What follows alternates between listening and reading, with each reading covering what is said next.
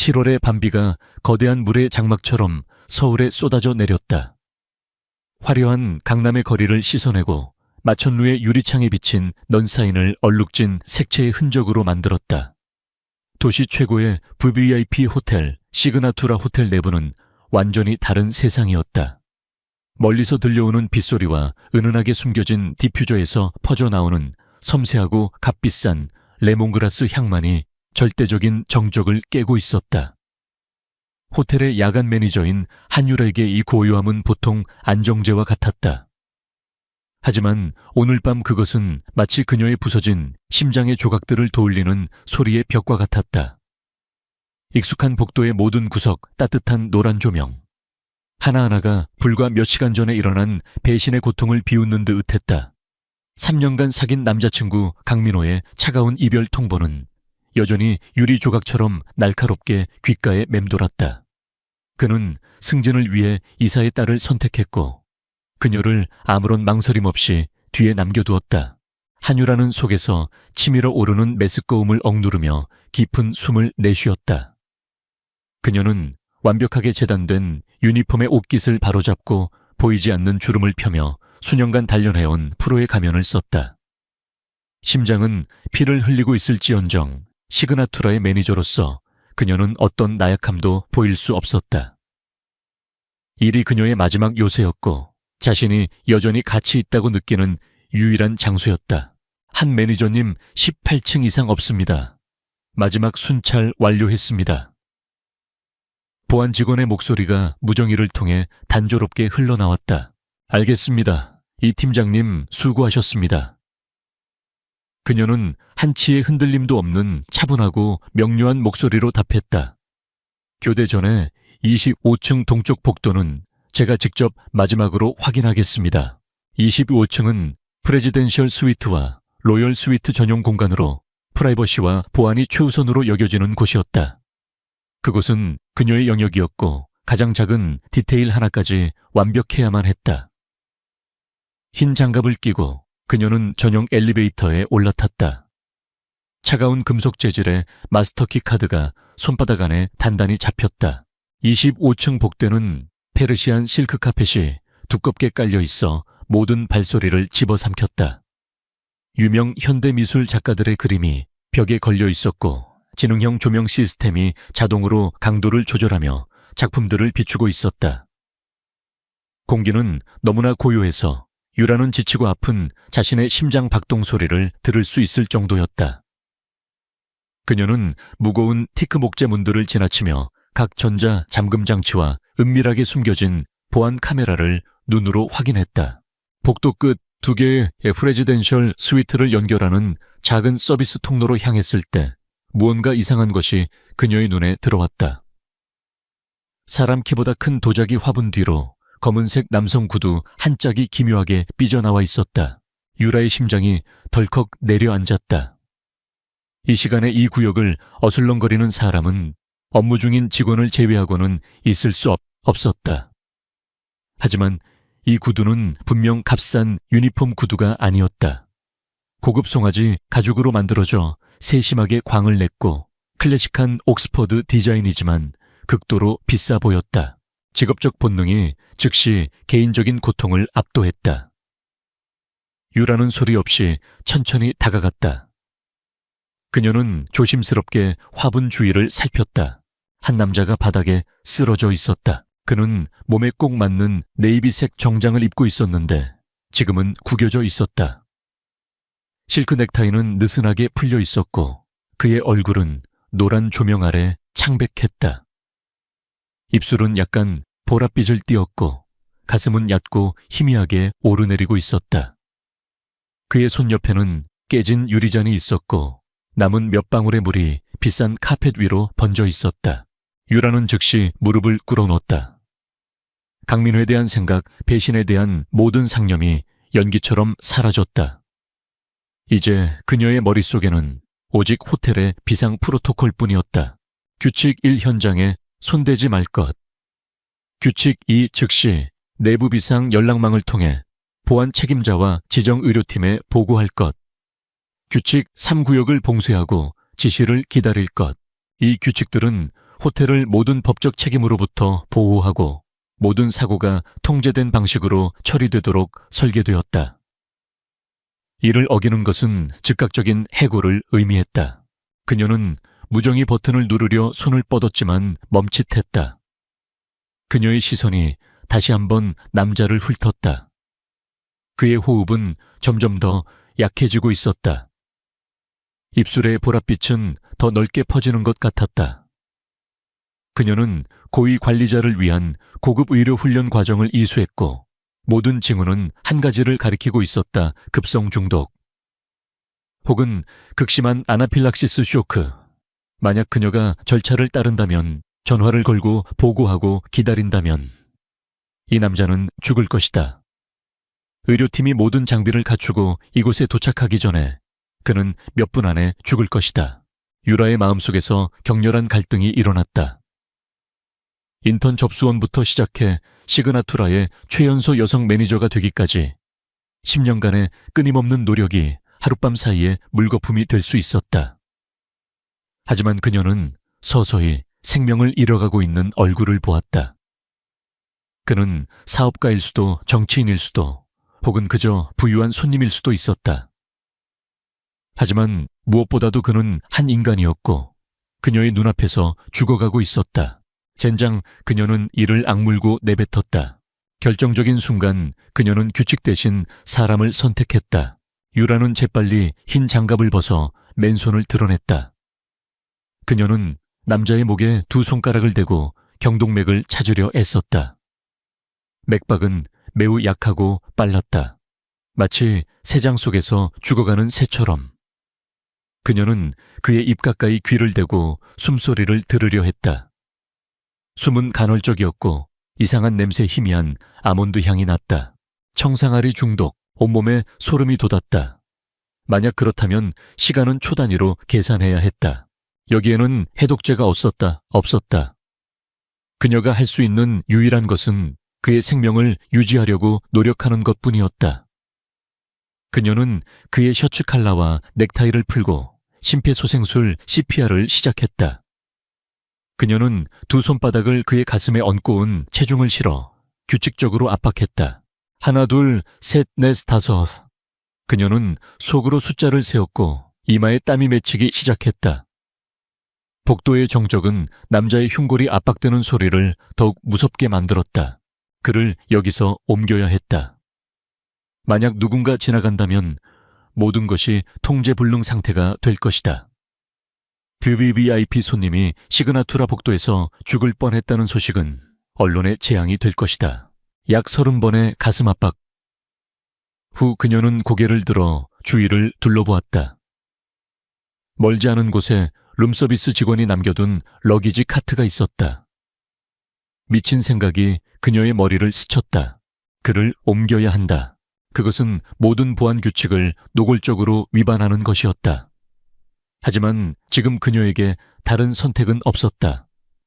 그녀는 절망에서 나온 온 힘을 다해 남자를 들어 올렸다. 그는 키가 크고 생각보다 훨씬 무거웠다.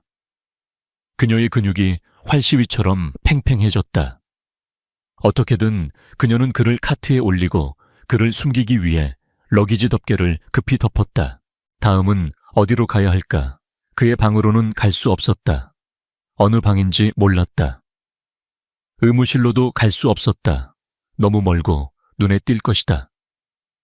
그녀는 가깝고 안전하며 완전히 사적인 장소가 필요했다. 2507호. 그 방은 방금 손님이 체크아웃했고 아직 새로운 손님을 맞이하기 위해 청소되지 않았다. 비어 있었고 내일 아침까지는 아무도 들어가지 않을 것이다. 유라는 심장을 쿵쾅거리며 카트를 밀었다. 한 걸음 한 걸음이 1km처럼 느껴졌다. 그녀는 보안 카메라를 지나갈 때 숨을 참았고 카메라의 각도가 덮개 아래에 있는 것을 보지 못하기를 기도했다. 마침내 그녀는 2507로 문 앞에 도착했다. 마스터키 카드를 댈 때 그녀의 손이 떨렸다. 전자 잠금 장치의 삑 소리가 정적 속에서 천둥처럼 울렸다. 그녀는 재빨리 카트를 안으로 밀어넣고 문을 쾅 닫고 안에서 잠갔다. 방은 어둠에 잠겼다. 유라는 문에 등을 기댄 채 헐떡이며 마음을 진정시키려 애썼다. 그녀는 침대 옆 테이블에 스탠드 조명을 켰다. 희미한 노란 불빛이 움직임 없이 누워있는 남자를 비췄다. 그녀는 카트에서 그를 침대로 끌어내렸다. 거의 기진맥진하게 만드는 힘든 일이었다. 그녀는 계속해서 CPR을 실시했고 인공호흡을 번갈아 했다. 시간이 흘렀다 얼마나 지났는지 알 수 없었다.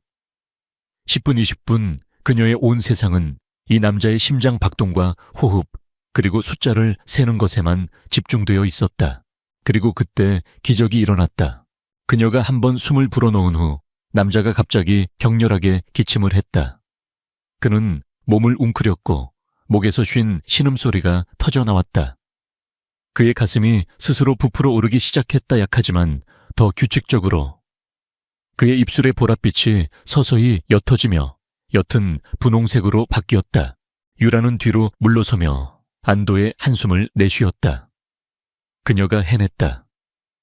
그녀는 그를 죽음의 문턱에서 다시 데려왔다. 아드레날린이 빠져나가자 극도로 지친 몸과 방금 일어난 일로 혼란스러운 마음만 남았다.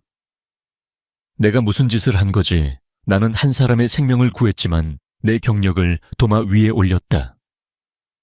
그녀는 침대에 누운 남자를 보았다. 이제 그가 위기를 넘겼으니 그녀는 그를 더 자세히 관찰할 시간이 생겼다. 그는 의식을 잃은 상태에서도 날카로운 윤곽과 뚜렷한 이목구비를 가진 얼굴이었다.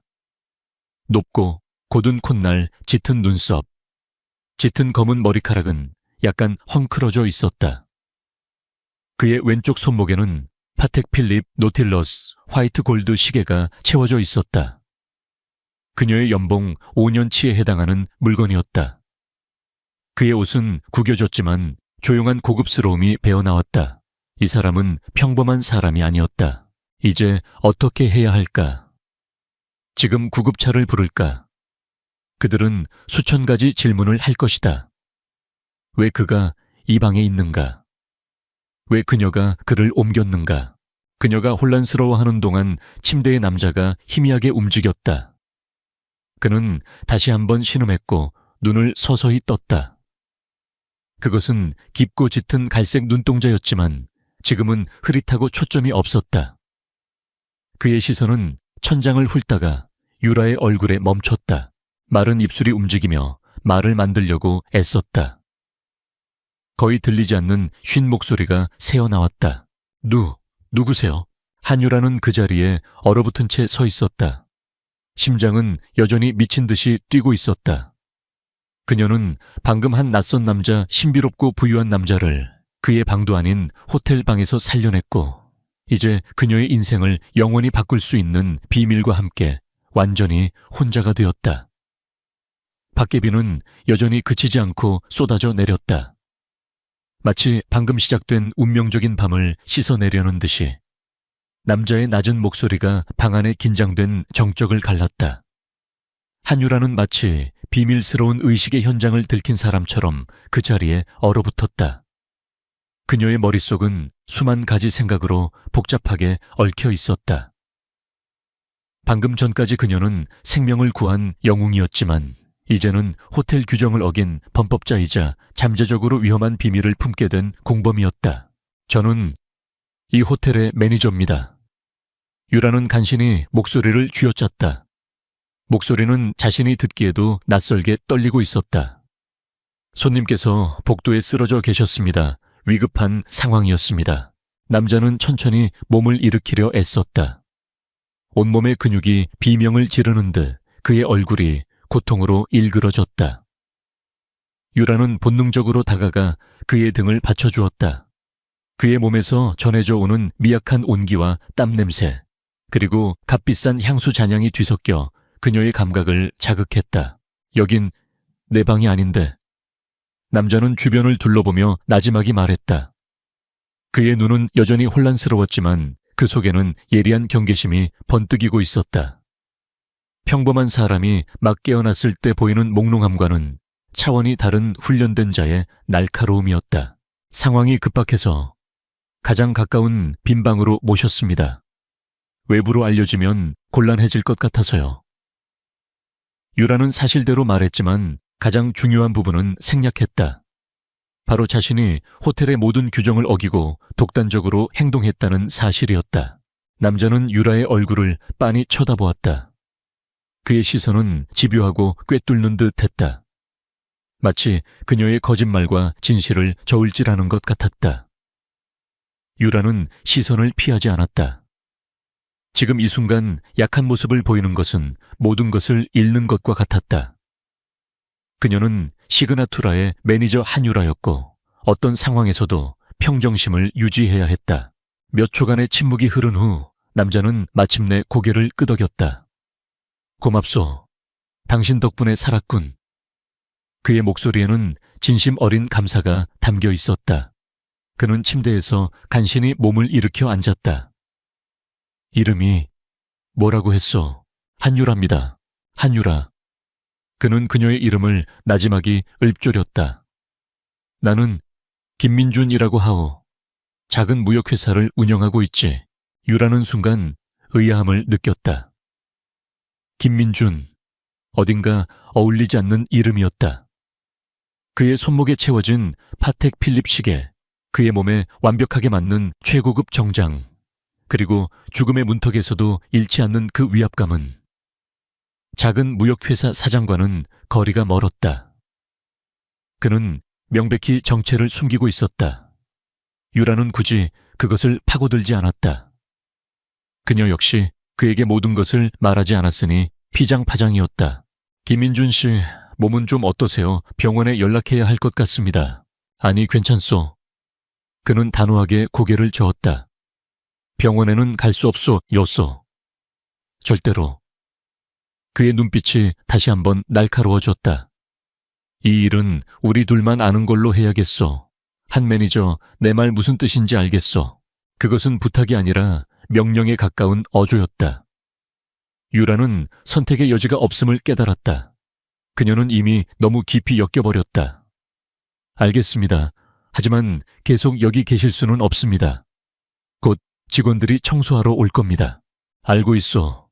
30분만 시간을 주시오. 기력을 좀 회복해야겠어.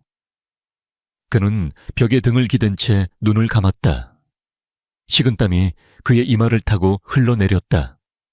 그는 겉으로는 강한 척했지만 몸은 아직 독의 후유증에서 벗어나지 못한 상태였다. 유라는 방 한쪽 구석으로 물러나 그를 지켜보았다. 남자는 숨을 고르며 무언가 깊이 생각에 잠긴 듯했다. 그의 정체는 무엇일까? 왜 누군가가 그를 죽이려 했을까? 그리고 하필이면 왜 시그나투라 호텔에서 수많은 의문이 그녀의 머릿속을 떠다녔다.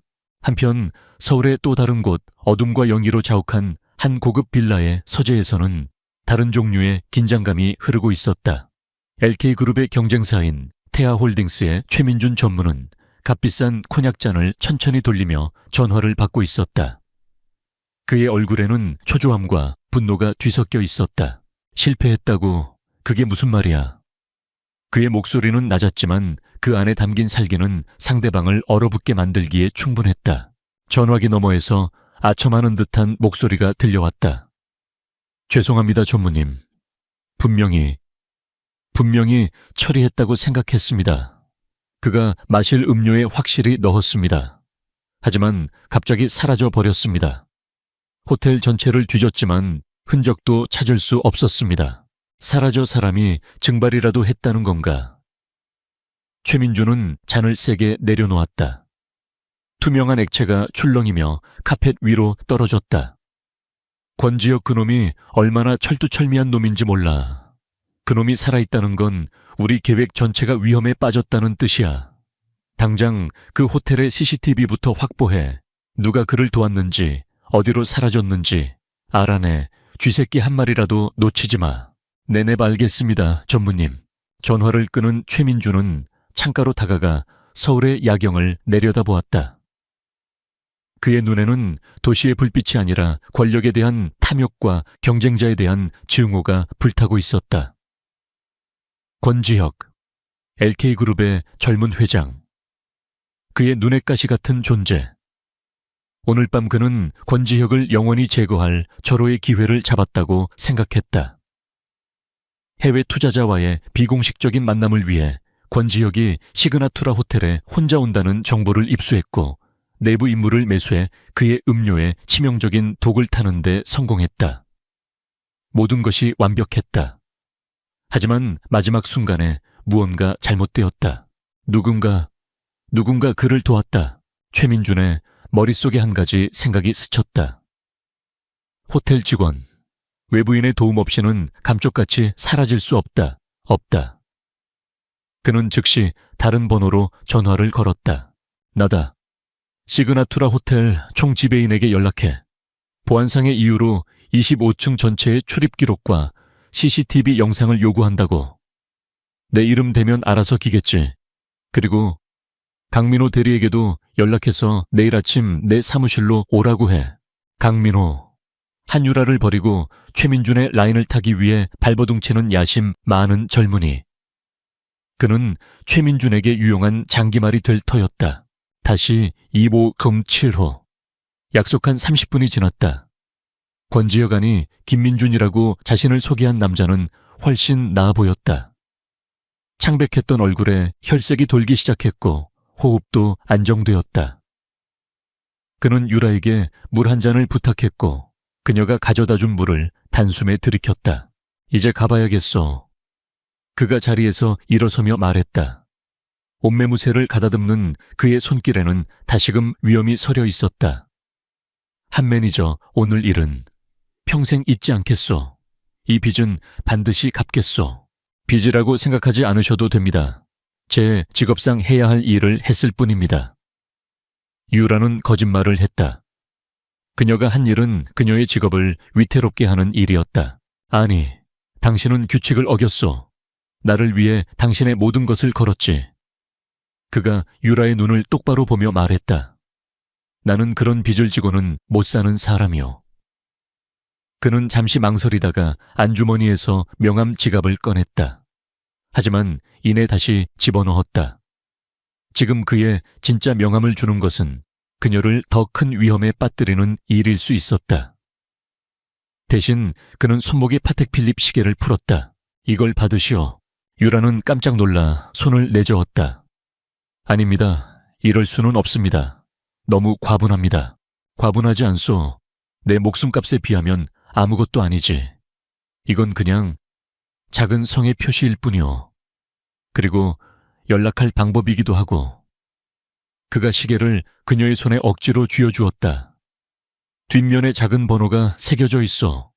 무슨 일이 생기면, 아주 위험한 상황에 처하면 그 번호로 연락하시오. 김민준 씨의 시계를 가지고 있다고만 말하면 둬. 그는 더 이상 말을 잇지 않고 방을 나설 채비를 했다. 내가 나간 뒤 10분 후에 이 방을 나오시오. 그리고 오늘 밤 아무 일도 없었던 것처럼 행동하시오. 할 수 있겠어. 자, 유라는 묵묵히 고개를 끄덕였다. 그녀의 손 안에서 시계가 묵직한 존재감을 뿜어냈다. 권지혁은 모자를 깊숙이 눌러쓰고 아무도 없는 복도를 유령처럼 빠져나갔다. 그는 비상 계단을 이용해 호텔을 벗어났고 미리 대기시켜둔 채 올라탔다. 차에 타자마자 그의 부하가 걱정스러운 얼굴로 물었다. 회장님, 괜찮으십니까? 갑자기 연락이 두절되셔서 최민준 그놈 짓이다. 권지혁은 차갑게 말했다. 하지만 누군가 나를 살렸어. 시그나투라 호텔의 한유라 매니저. 그녀에 대해 알아봐. 가족, 친구, 경력, 모든 것을. 하지만 절대 그녀가 눈치채게 해서는 안 돼. 멀리서 조용히 보호해. 아마 최민준이 곧 그녀를 찾아낼 테니. 알겠습니다, 회장님. 권지혁은 차창 밖으로 스쳐 지나가는 서울의 거리를 보며 눈을 감았다. 한유라. 그녀의 당당하고 흔들림 없던 눈빛이 떠올랐다. 자신을 구하기 위해 망설임 없이 위험을 감수했던 여자. 그는 그녀에게 빚을 졌다. 그리고 권지혁은 빚을 지는 것을 세상에서 가장 싫어하는 남자였다. 다음 날 아침 시그나투라 호텔은 발칵 뒤집혔다. 태아홀딩스의 최민준 전무가 직접 보낸 사람들이 들이닥쳐 총지배인을 압박했다. 그들은 VVIP 고객 정보 유출 가능성이라는 명목으로 지난밤 25층의 모든 기록을 요구했다. 총지배인은 굴욕적으로 모든 자료를 넘겨줄 수밖에 없었다. 한유라는 평소와 다름없이 출근했다. 밤새 한숨도 못 잤지만 피곤한 기색 하나 없이 완벽한 모습이었다. 하지만 호텔 전체의 감도는 무거운 공기를 느끼지 못할 만큼 어리숙하지는 않았다. 그녀는 직감적으로 어젯밤의 일이 벌써 수면 위로 떠오르고 있음을 알았다. 그리고 오후가 되었을 때 그녀는 총지배인실로 호출되었다. 총지배인은 기름진 땀을 흘리며 그녀를 맞았다. 그의 책상 위에는 지난밤의 CCTV 영상 캡처 사진들이 흩어져 있었다. 그중 하나는 흐릿하지만 분명히 유라가 러기지 카트를 밀고 2묘07호로 들어가는 모습이었다. 한 매니저, 총지배인이 입을 열었다. 이게 어떻게 된 일인지 설명해 보겠나. 어젯밤 EVA 송7호에서 뭘 한 거지? 유라의 심장이 바닥으로 떨어지는 것 같았다. 올 것이 생각보다 너무 빨리 오고야 말았다. 총지배인의 사무실 안공기는 무겁고 차가웠다. 창밖의 화창한 여름 날씨와는 대조적으로 한유라는 마치 시베리아의 한복판에 서 있는 듯한 한기를 느꼈다. 그녀의 눈앞 마호가니 책상 위에는 그녀의 운명을 결정지을 증거들이 흩어져 있었다. 흐릿한 CCTV 캡처 사진 속 러기지 카트를 밀고 있는 자신의 모습은 변명의 여지가 없는 유죄 선고처럼 보였다. 한 매니저 다시 한번 묻겠네. 총지배인은 이마에 맺힌 땀을 닦으며 말했다. 그의 목소리에는 권위보다는 불안감이 더 짙게 배어 있었다. 태아홀딩스의 압박과 호텔의 명성 사이에서 그는 이미 정신적으로 무너져 내리고 있었다. 어젯밤 무슨 일이 있었던 건가? 저 카트 안에는 무엇이 있었지? 유라의 입술이 바짝 말랐다. 진실을 말할 수 있을까? 한 남자의 목숨을 구했다고 그가 독살당할 뻔했다고 말할 수 있을까? 아무도 믿지 않을 것이다. 오히려 정신 나간 여자 취급을 받거나 더 큰 음모에 연루되었다는 의심을 살 뿐이다. 그녀는 권지혁 아니 김민준이라는 남자와 한 약속을 떠올렸다. 이 일은 우리 둘만 아는 걸로 해야 하오. 그 약속은 이제 그녀 자신을 지키기 위한 유일한 방패였다. 죄송합니다, 총지배인님. 제가 판단 착오를 했습니다. 유라는 미리 준비해둔 거짓말을 시작했다. 그녀의 목소리는 놀라울 정도로 차분했다.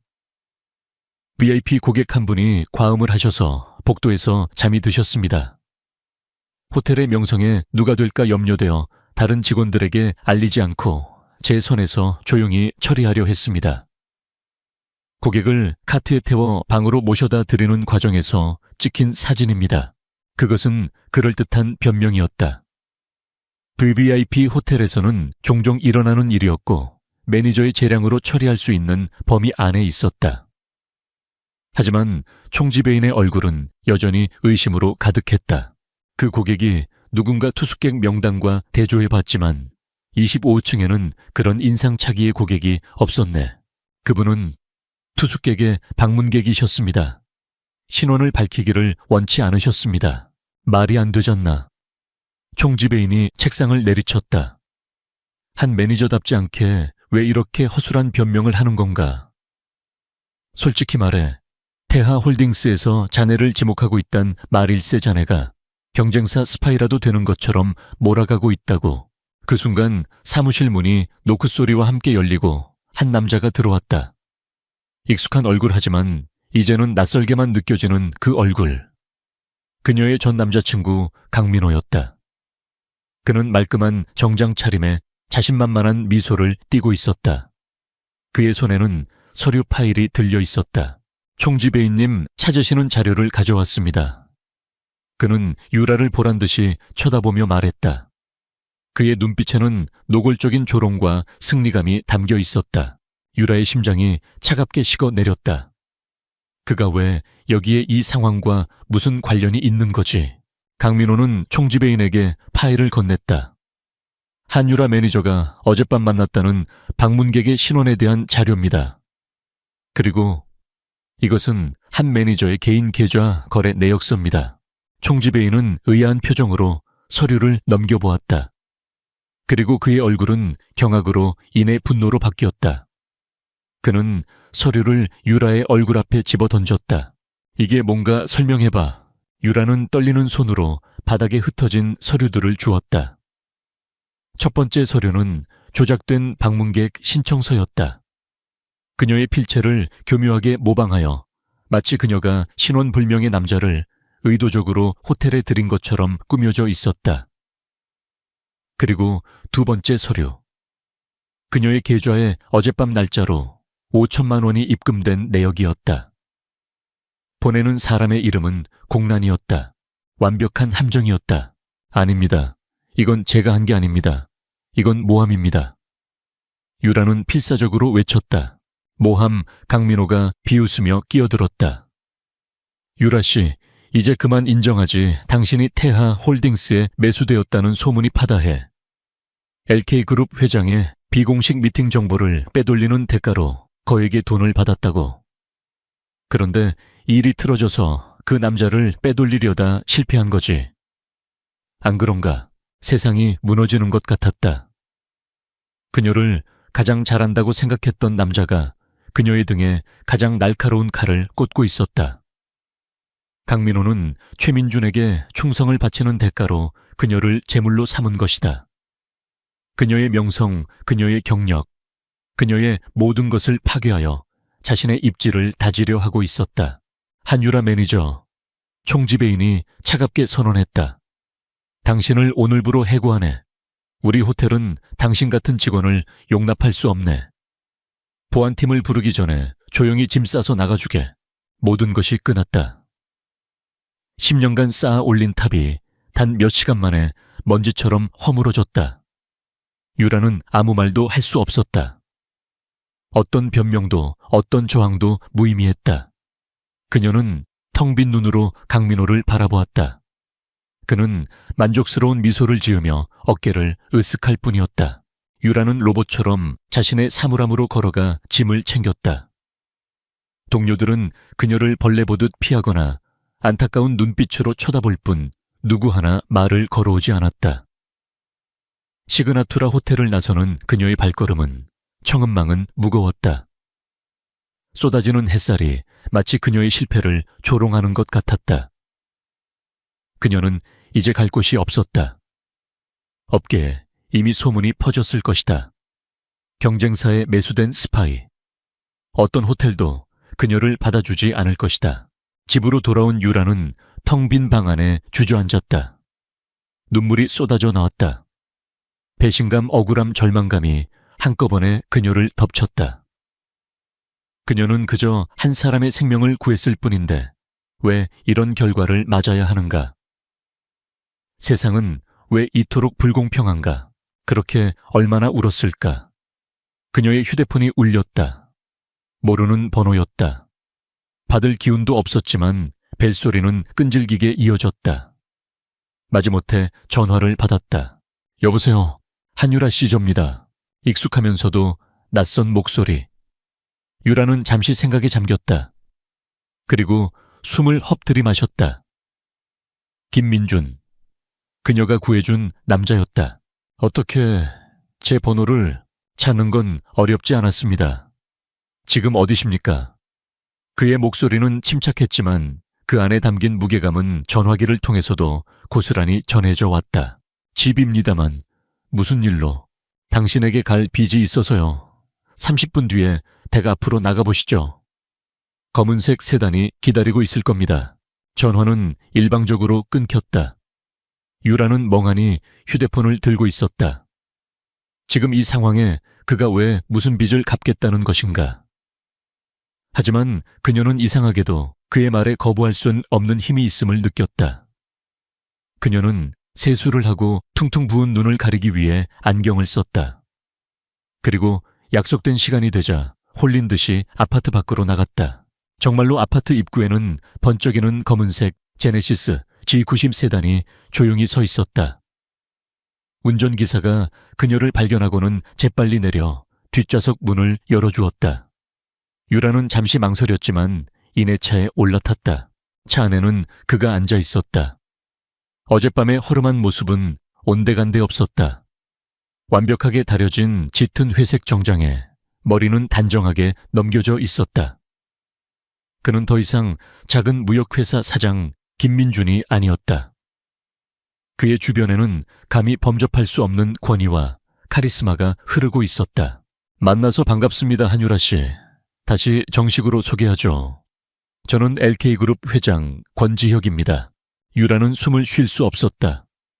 LK그룹, 대한민국 경제를 움직이는 거대 재벌, 그리고 그 그룹의 총수인 회장.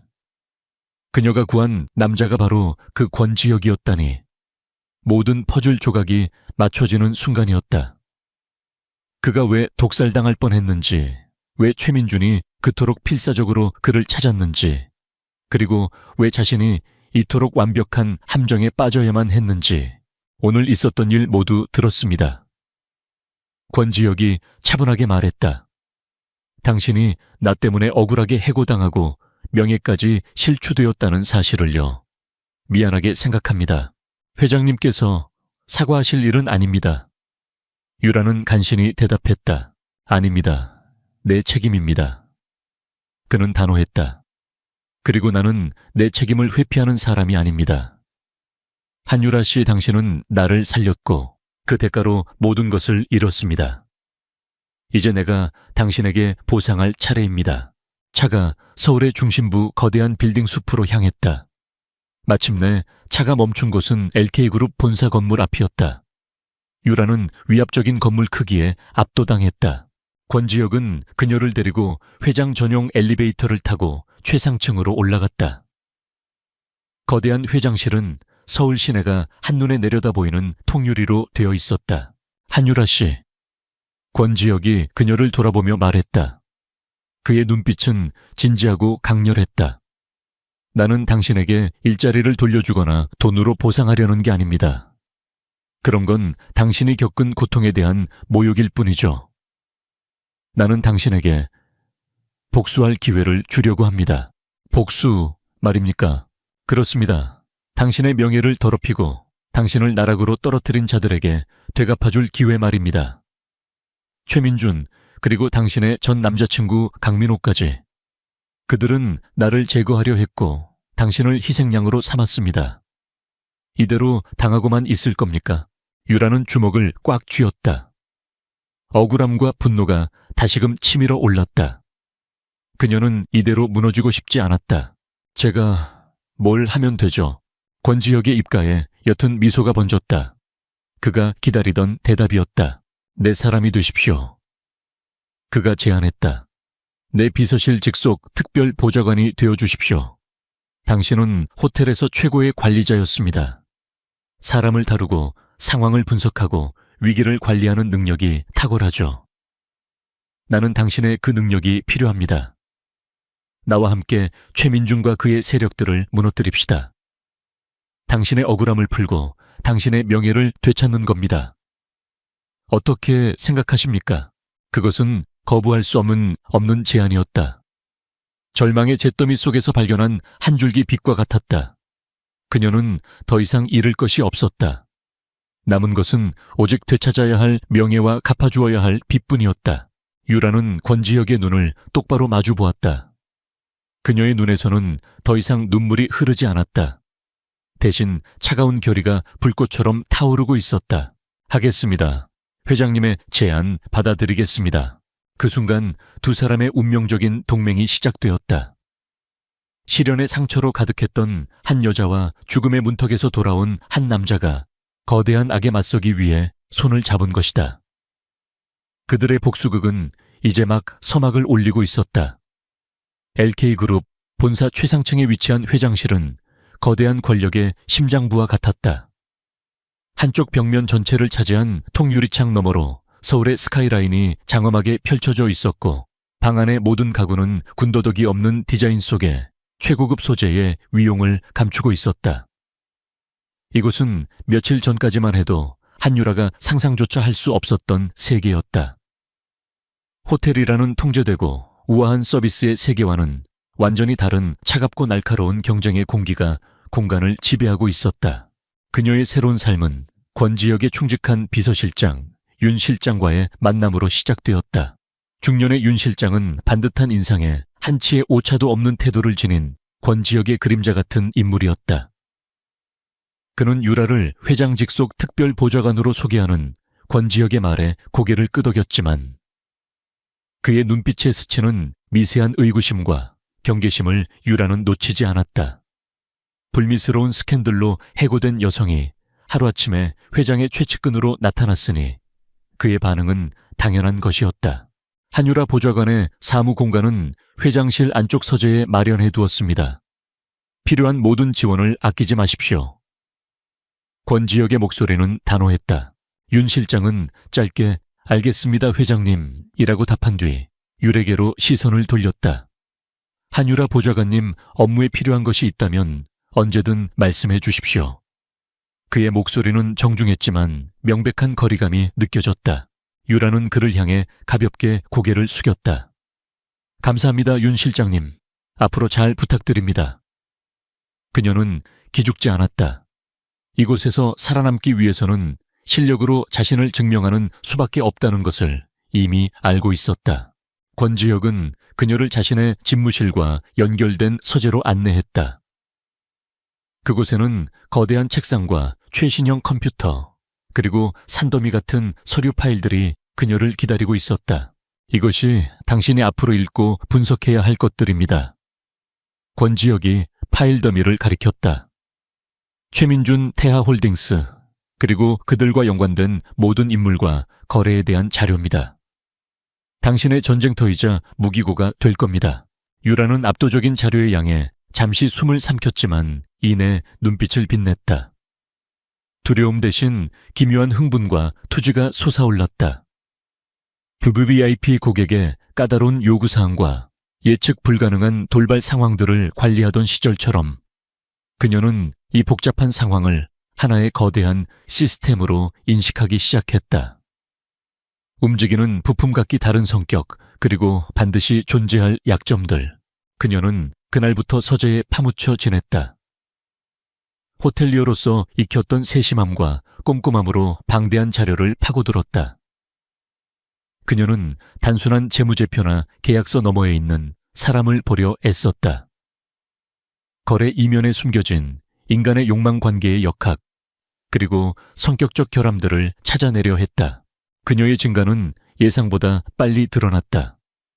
어느 날 저녁 권지혁과 그의 핵심 임원들은 태아홀딩스의 한 이사를 포섭하는 문제를 두고 회의를 하고 있었다.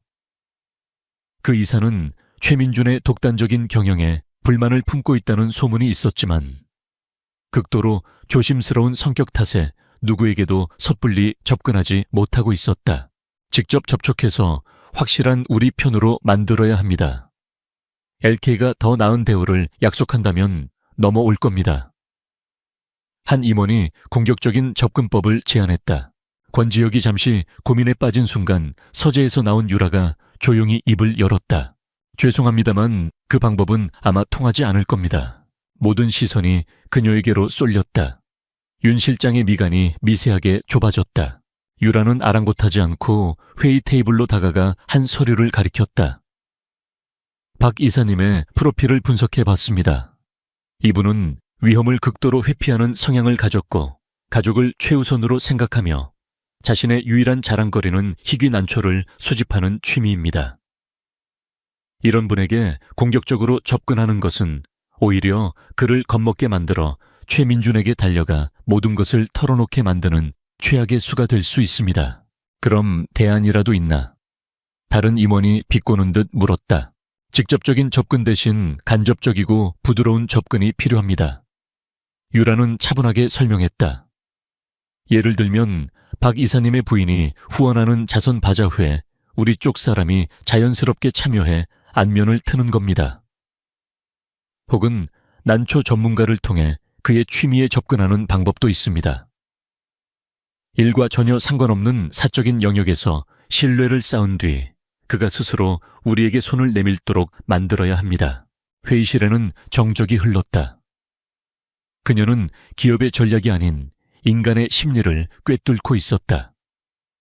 그것은 기존의 LK그룹 임원들에게는 없는 완전히 새로운 관점이었다. 권지혁의 입가에 흥미로운 미소가 떠올랐다. 좋은 생각이군. 윤 실장 한 보좌관의 의견대로 계획을 수정해서 다시 보고하도록. 윤 실장은 놀란 표정을 숨기지 못했지만 이내 알겠습니다 회장님 이라고 답하며 유라를 다시 쳐다보았다. 그의 눈빛에서 경계심이 조금씩 허물어지고 대신 호기심과 인정의 빛이 서리고 있었다. 그날 이후 유라와 권지혁의 관계는 급속도로 변화했다. 그들은 거의 매일 밤늦게까지 함께 일했다. 회장과 보좌관이라는 공식적인 관계는 점차 공동의 목표를 가진 파트너 관계로 바뀌어갔다. 거대한 회장실에서 단둘이 컵라면으로 저녁을 때우는 날들이 늘어났다. 화려하지만 텅 빈 공간 속에서 그들은 서로의 가장 깊은 상처와 마주하기 시작했다. 어느 늦은 밤 권지혁은 불쑥 물었다. 강민호라는 그 남자, 그에 대해 좀 더 자세히 듣고 싶군. 동정심 때문이 아니오. 적의 방식을 이해하고 싶어서. 유라는 잠시 망설였지만 이내 담담하게 입을 열었다. 그녀는 더 이상 상처받은 피해자가 아니었다. 냉철한 분석가로서 그녀는 강민호의 야망, 그의 열등감, 그리고 그가 무엇에 약한지를 객관적으로 설명했다. 자신의 아픔을 복수의 연료로 승화시키고 있는 그녀의 모습에 권지혁은 깊은 인상을 받았다. 유라도 용기를 내어 물었다. 회장님께서는 왜 그렇게 최민준 전무와 사이가 나쁘신 겁니까? 단순한 경쟁 관계는 아닌 것 같습니다. 권지혁은 잠시 창밖을 바라보았다. 그의 눈빛이 깊고 어두워졌다. 한때는 친구였소. 그는 씁쓸하게 입을 열었다. 같은 스승 밑에서 경영을 배웠지. 하지만 우리는 근본적으로 달랐어. 나는 사람을 얻어 함께 가려 했고 최민주는 사람을 밟고 혼자 올라서려 했지. 결국 그의 탐욕이 스승님의 신뢰를 배신하는 지경에 이르렀고 그때부터 우리는 돌아올 수 없는 강을 건넌 거요. 서로의 과거를 공유하면서 그들의 유대는 더욱 단단해졌다. 그것은 더 이상 복수라는 공동의 목표만으로 묶인 비즈니스 관계가 아니었다. 서로의 상처를 이해하고 서로의 능력을 존중하는 진정한 파트너십으로 발전하고 있었다. 그리고 마침내 그들의 첫 번째 방역이 시작되었다. 최민준이 LK그룹이 인수를 추진하던 한 유망한 바이오테크 기업을 불법적인 방법으로 가로채려 한다는 정보가 입수되었다. 그는 유령 회사를 내세워 그 회사의 대표를 협박하고 있었다. 권지혁의 팀은 즉각적인 자금 지원이나 법적 대응을 고려했다. 하지만 유라가 또다시 제동을 걸었다. 지금 우리가 직접 나서는 건 최민준에게 우리의 패를 보여주는 것과 같습니다. 더 교묘한 방법이 필요합니다. 그녀는 하얀 보드에 관계도를 그려가며 설명하기 시작했다. 우리의 목표는 바이오테크 회사를 구하는 것뿐만 아니라 이 과정에서 최민준의 불법 행위 증거를 확보하고 그를 태아 홀딩스 내부에서 고립시키는 것입니다. 그녀의 계획은 대담하고 정교했다. LK그룹은 전면에 나서지 않는다. 대신 협박에 시달리는 바이오테크 대표에게 익명의 조력자가 되어주는 것이다. 유라는 자신의 옛 호텔 인맥과 이벤트 기획자 시절의 네트워크를 총동원했다. 그녀는 바이오테크 대표의 이사회 멤버 중 한 명이 자주 가는 고급 레스토랑의 예약을 우연히 돕는 척하며 최민준의 유령 회사에 대한 의심스러운 정보 한 조각을 슬쩍 흘렸다. 또 다른 이사의 자녀가 다니는 학교의 기부 행사에 우연히 거액을 기부하며 환심을 샀다. 그것은 마치 잘 짜인 연극과 같았다. 모든 것이 우연을 가장했지만 그 모든 우연의 끝은 최민준을 향하고 있었다. 유라의 계획대로 바이오테크 이사회는 외부의 개입을 전혀 눈치채지 못한 채 스스로 대표를 협박하는 세력의 배후에 최민준이 있다는 사실을 내부적으로 발견하기 시작했다.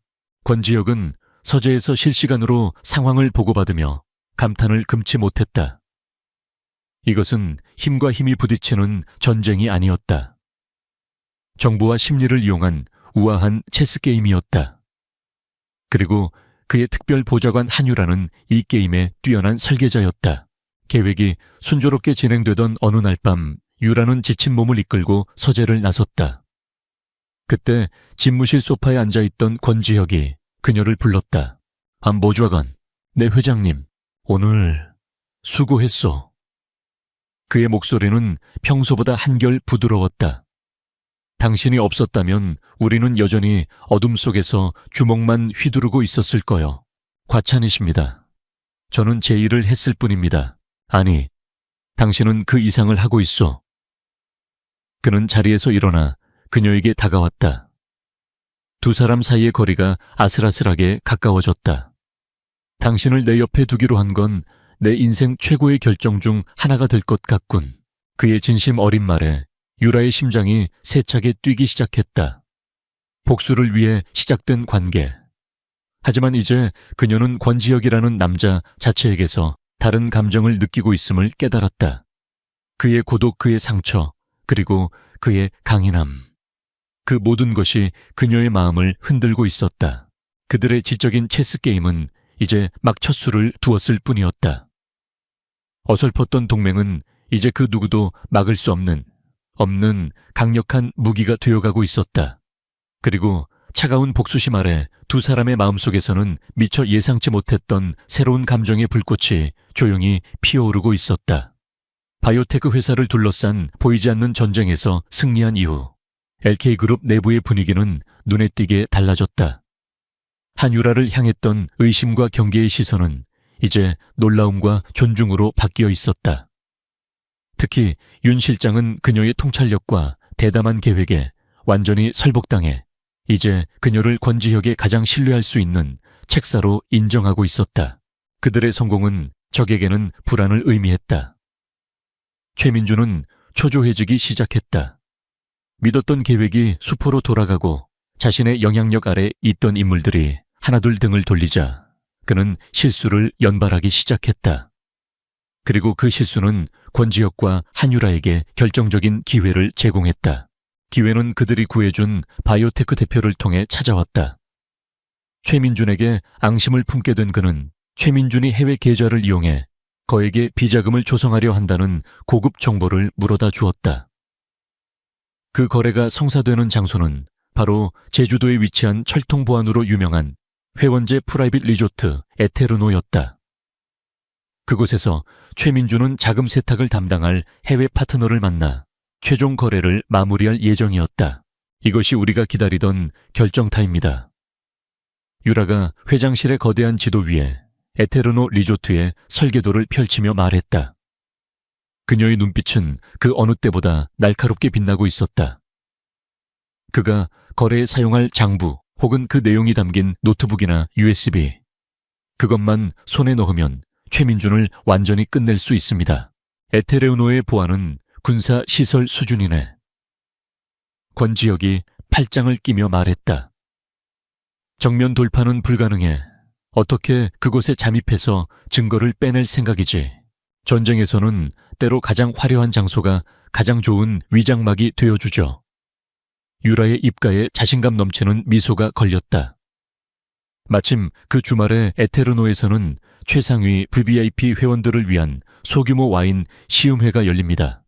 우리의 무대는 바로 그곳입니다. 그녀는 호텔리어로서의 모든 경험과 지식을 총동원한 대담하고 정교한 작전 계획을 설명하기 시작했다. 저는 이 행사를 위해 임시로 고용된 새로운 수석 소믈리에 겸 이벤트 매니저로 위장 잠입하겠습니다. 그녀는 권지혁의 팀이 완벽하게 위조해줄 이력서를 가리켰다. 이 신분이라면 리조트의 직원 구역과 시스템 설계도에 접근할 수 있는 권한을 얻을 수 있습니다. 그럼 나는 권지혁이 물었다. 회장님은 한국의 새로운 리조트 건설을 구상 중인 해외 교포 투자자로 위장해서 행사에 참석하시는 겁니다. 화려하고 돈 많고 조금은 허풍스러운 캐릭터로요. 회장님의 역할은 최민준을 포함한 주요 손님들의 시선을 끄는 것입니다. 제가 움직일 시간을 벌어주셔야 합니다. 그녀의 계획은 위험천만했지만 동시에 완벽했다. 권지혁은 잠시 그녀를 바라보다가 고개를 끄덕였다. 그의 눈에는 그녀에 대한 무한한 신뢰가 담겨 있었다. 좋소. 체스 게임의 마지막 체크메이트는 당신에게 맡기지. 며칠 후 무대는 제주도로 옮겨졌다. 에테르노 리조트는 세상의 모든 근심 걱정과 격리된 낙원처럼 보였다. 에메랄드빛 바다와 푸른 잔디 그리고 고급스러운 빌라들이 그림처럼 펼쳐져 있었다. 하지만 그 아름다운 풍경 아래 보이지 않는 긴장감이 팽팽하게 감돌고 있었다. 소믈리에 유니폼을 입은 한유라는 침착하고 전문적인 모습 그 자체였다. 그녀는 우아한 몸짓으로 와인을 따르고 막힘없이 와인의 역사와 풍미를 설명하며 손님들의 찬사를 받았다. 하지만 그녀의 머릿속은 초고속 컴퓨터처럼 돌아가고 있었다. 보안 카메라에 사각지대 경비원들의 교대 시간, 최민준이 묵고 있는 빌라의 위치와 구조. 그녀는 모든 정보를 스펀지처럼 흡수하고 있었다. 한편 권지혁은 제임스 권이라는 이름의 교포 투자자 역할을 완벽하게 소화하고 있었다. 그는 과장된 제스처와 유창한 영어로 사람들을 사로잡았고 특히 최민준에게 의도적으로 접근했다. 초에 전무님 말씀은 익히 들었습니다. 태아홀딩스의 저력 정말 대단하더군요. 권지혁은 최민준의 자존심을 교묘하게 자극하며 그를 대화에 묶어두었다. 최민준은 자신의 성공에 아낌없는 찬사를 보내는 이 화려한 투자자에게 금세 호감을 보였다. 두 사람 사이에는 겉으로는 화기애애하지만 속으로는 날카로운 칼날이 오가는 대화가 이어졌다. 마침내 작전을 실행할 시간이 왔다. 유라는 손님 중 한 명에게 셀러에 보관된 특별한 빈티지 와인을 가져오겠다는 핑계를 대고 자연스럽게 행사장을 빠져나왔다. 그녀의 심장이 미친 듯이 뛰기 시작했다. 최민준의 프라이빗 빌라로 향하는 길은 고요하고 그래서 더 무서웠다. 그녀는 그림자처럼 움직이며 미리 파악해둔 카메라의 사각지대를 따라 이동했다. 순찰 중인 경비원 한 명과 마주칠 뻔한 아슬아슬한 순간도 있었지만 그녀는 나무 뒤에 몸을 숨겨 위기를 넘겼다. 마침내 빌라 앞에 도착했다. 문은 전자 잠금 장치로 잠겨 있었다. 그녀는 주머니에서 작은 해킹 장치를 꺼냈다. 권지혁의 팀이 만들어준 비장의 무기였다. 몇 번의 조작 끝에 딸깍하는 작은 소리와 함께 잠금이 해제되었다. 빌라 안은 어둡고 조용했다. 그녀는 숨을 죽인 채 서재로 보이는 방으로 들어갔다. 책상 위에 놓인 고급 가죽 서류 가방, 목표물이었다. 하지만 가방은 다이얼 자물쇠로 잠겨 있었다. 제한 시간은 얼마 없었다. 그녀는 머리를 굴렸다. 최민준 같은 오만한 인간이 쓸 법한 비밀번호. 그의 생일 너무 뻔하다. 회사 창립일 의미부여를 좋아하는 타입은 아니다. 그때 아까 행사장에서 그가 자신의 차 번호를 자랑하던 것이 떠올랐다. 내 행운의 숫자지. 실벨 솜칠. 믿져야 본전이었다. 그녀는 떨리는 손으로 다이얼을 돌렸다. 1대 완종 7. 그리고 가방 손잡이를 당겼다. 철컥. 가방이 열렸다. 안에는 서류 몇 장과 함께 검은색 USB 드라이브 하나가 들어있었다. 그녀가 USB를 손에 쥔 순간 빌라 현관 쪽에서 인기척이 들렸다. 최민준의 부하 중 한 명이 무언가를 가지러 돌아온 것이다. 유라의 온몸이 얼어붙었다. 그녀는 재빨리 커튼 뒤 테라스로 이어지는 좁은 공간에 몸을 숨겼다. 발소리가 점점 가까워졌다. 문이 열리고 부하가 들어와 책상 위에서 무언가를 찾기 시작했다. 유라는 숨소리조차 내지 않았다. 1분이 1시간처럼 느껴지는 시간이었다. 다행히 부하는 원하는 것을 찾았는지 곧 방을 나갔다. 위기를 넘긴 유라는 서둘러 빌라를 빠져나왔다. 그녀는 아무 일도 없었다는 듯 태연한 얼굴로 다시 와인 시음 회장으로 돌아왔다. 그녀는 숨을 고르며 행사장 반대편에 있는 권지혁을 바라보았다. 두 사람의 시선이 허공에서 마주쳤다. 말은 없었지만 그들은 눈빛만으로 서로의 성공과 안도를 확인했다. 그날 밤 모든 행사가 끝나고 난 뒤 두 사람은 약속이라도 한 듯 리조트 끝에 있는 한적한 해변에서 만났다. 임무가 끝난 뒤에 아드레날린은 강렬한 감정의 여운을 남겼다. 괜찮소? 권지혁이 먼저 입을 열었다. 네, 괜찮아요. 유라가 대답했지만 그녀의 목소리는 미세하게 떨리고 있었다. 권지혁은 그녀의 팔에 난 작은 생채기를 발견했다. 빌라에서 탈출할 때 나뭇가지에 긁힌 상처였다. 그의 표정이 순간 굳어졌다. 늘 유지하던 냉철한 회장의 가면이 잠시 벗겨졌다. 그는 손을 뻗어 조심스럽게 그녀의 상처를 어루만졌다. 다치지 마시오. 그의 목소리는 낮고 진지했다. 다시는 그의 갑작스러운 행동과 진심 어린 걱정에 유라의 심장이 세차게 내려앉았다. 그녀는 고개를 들어 그를 바라보았다.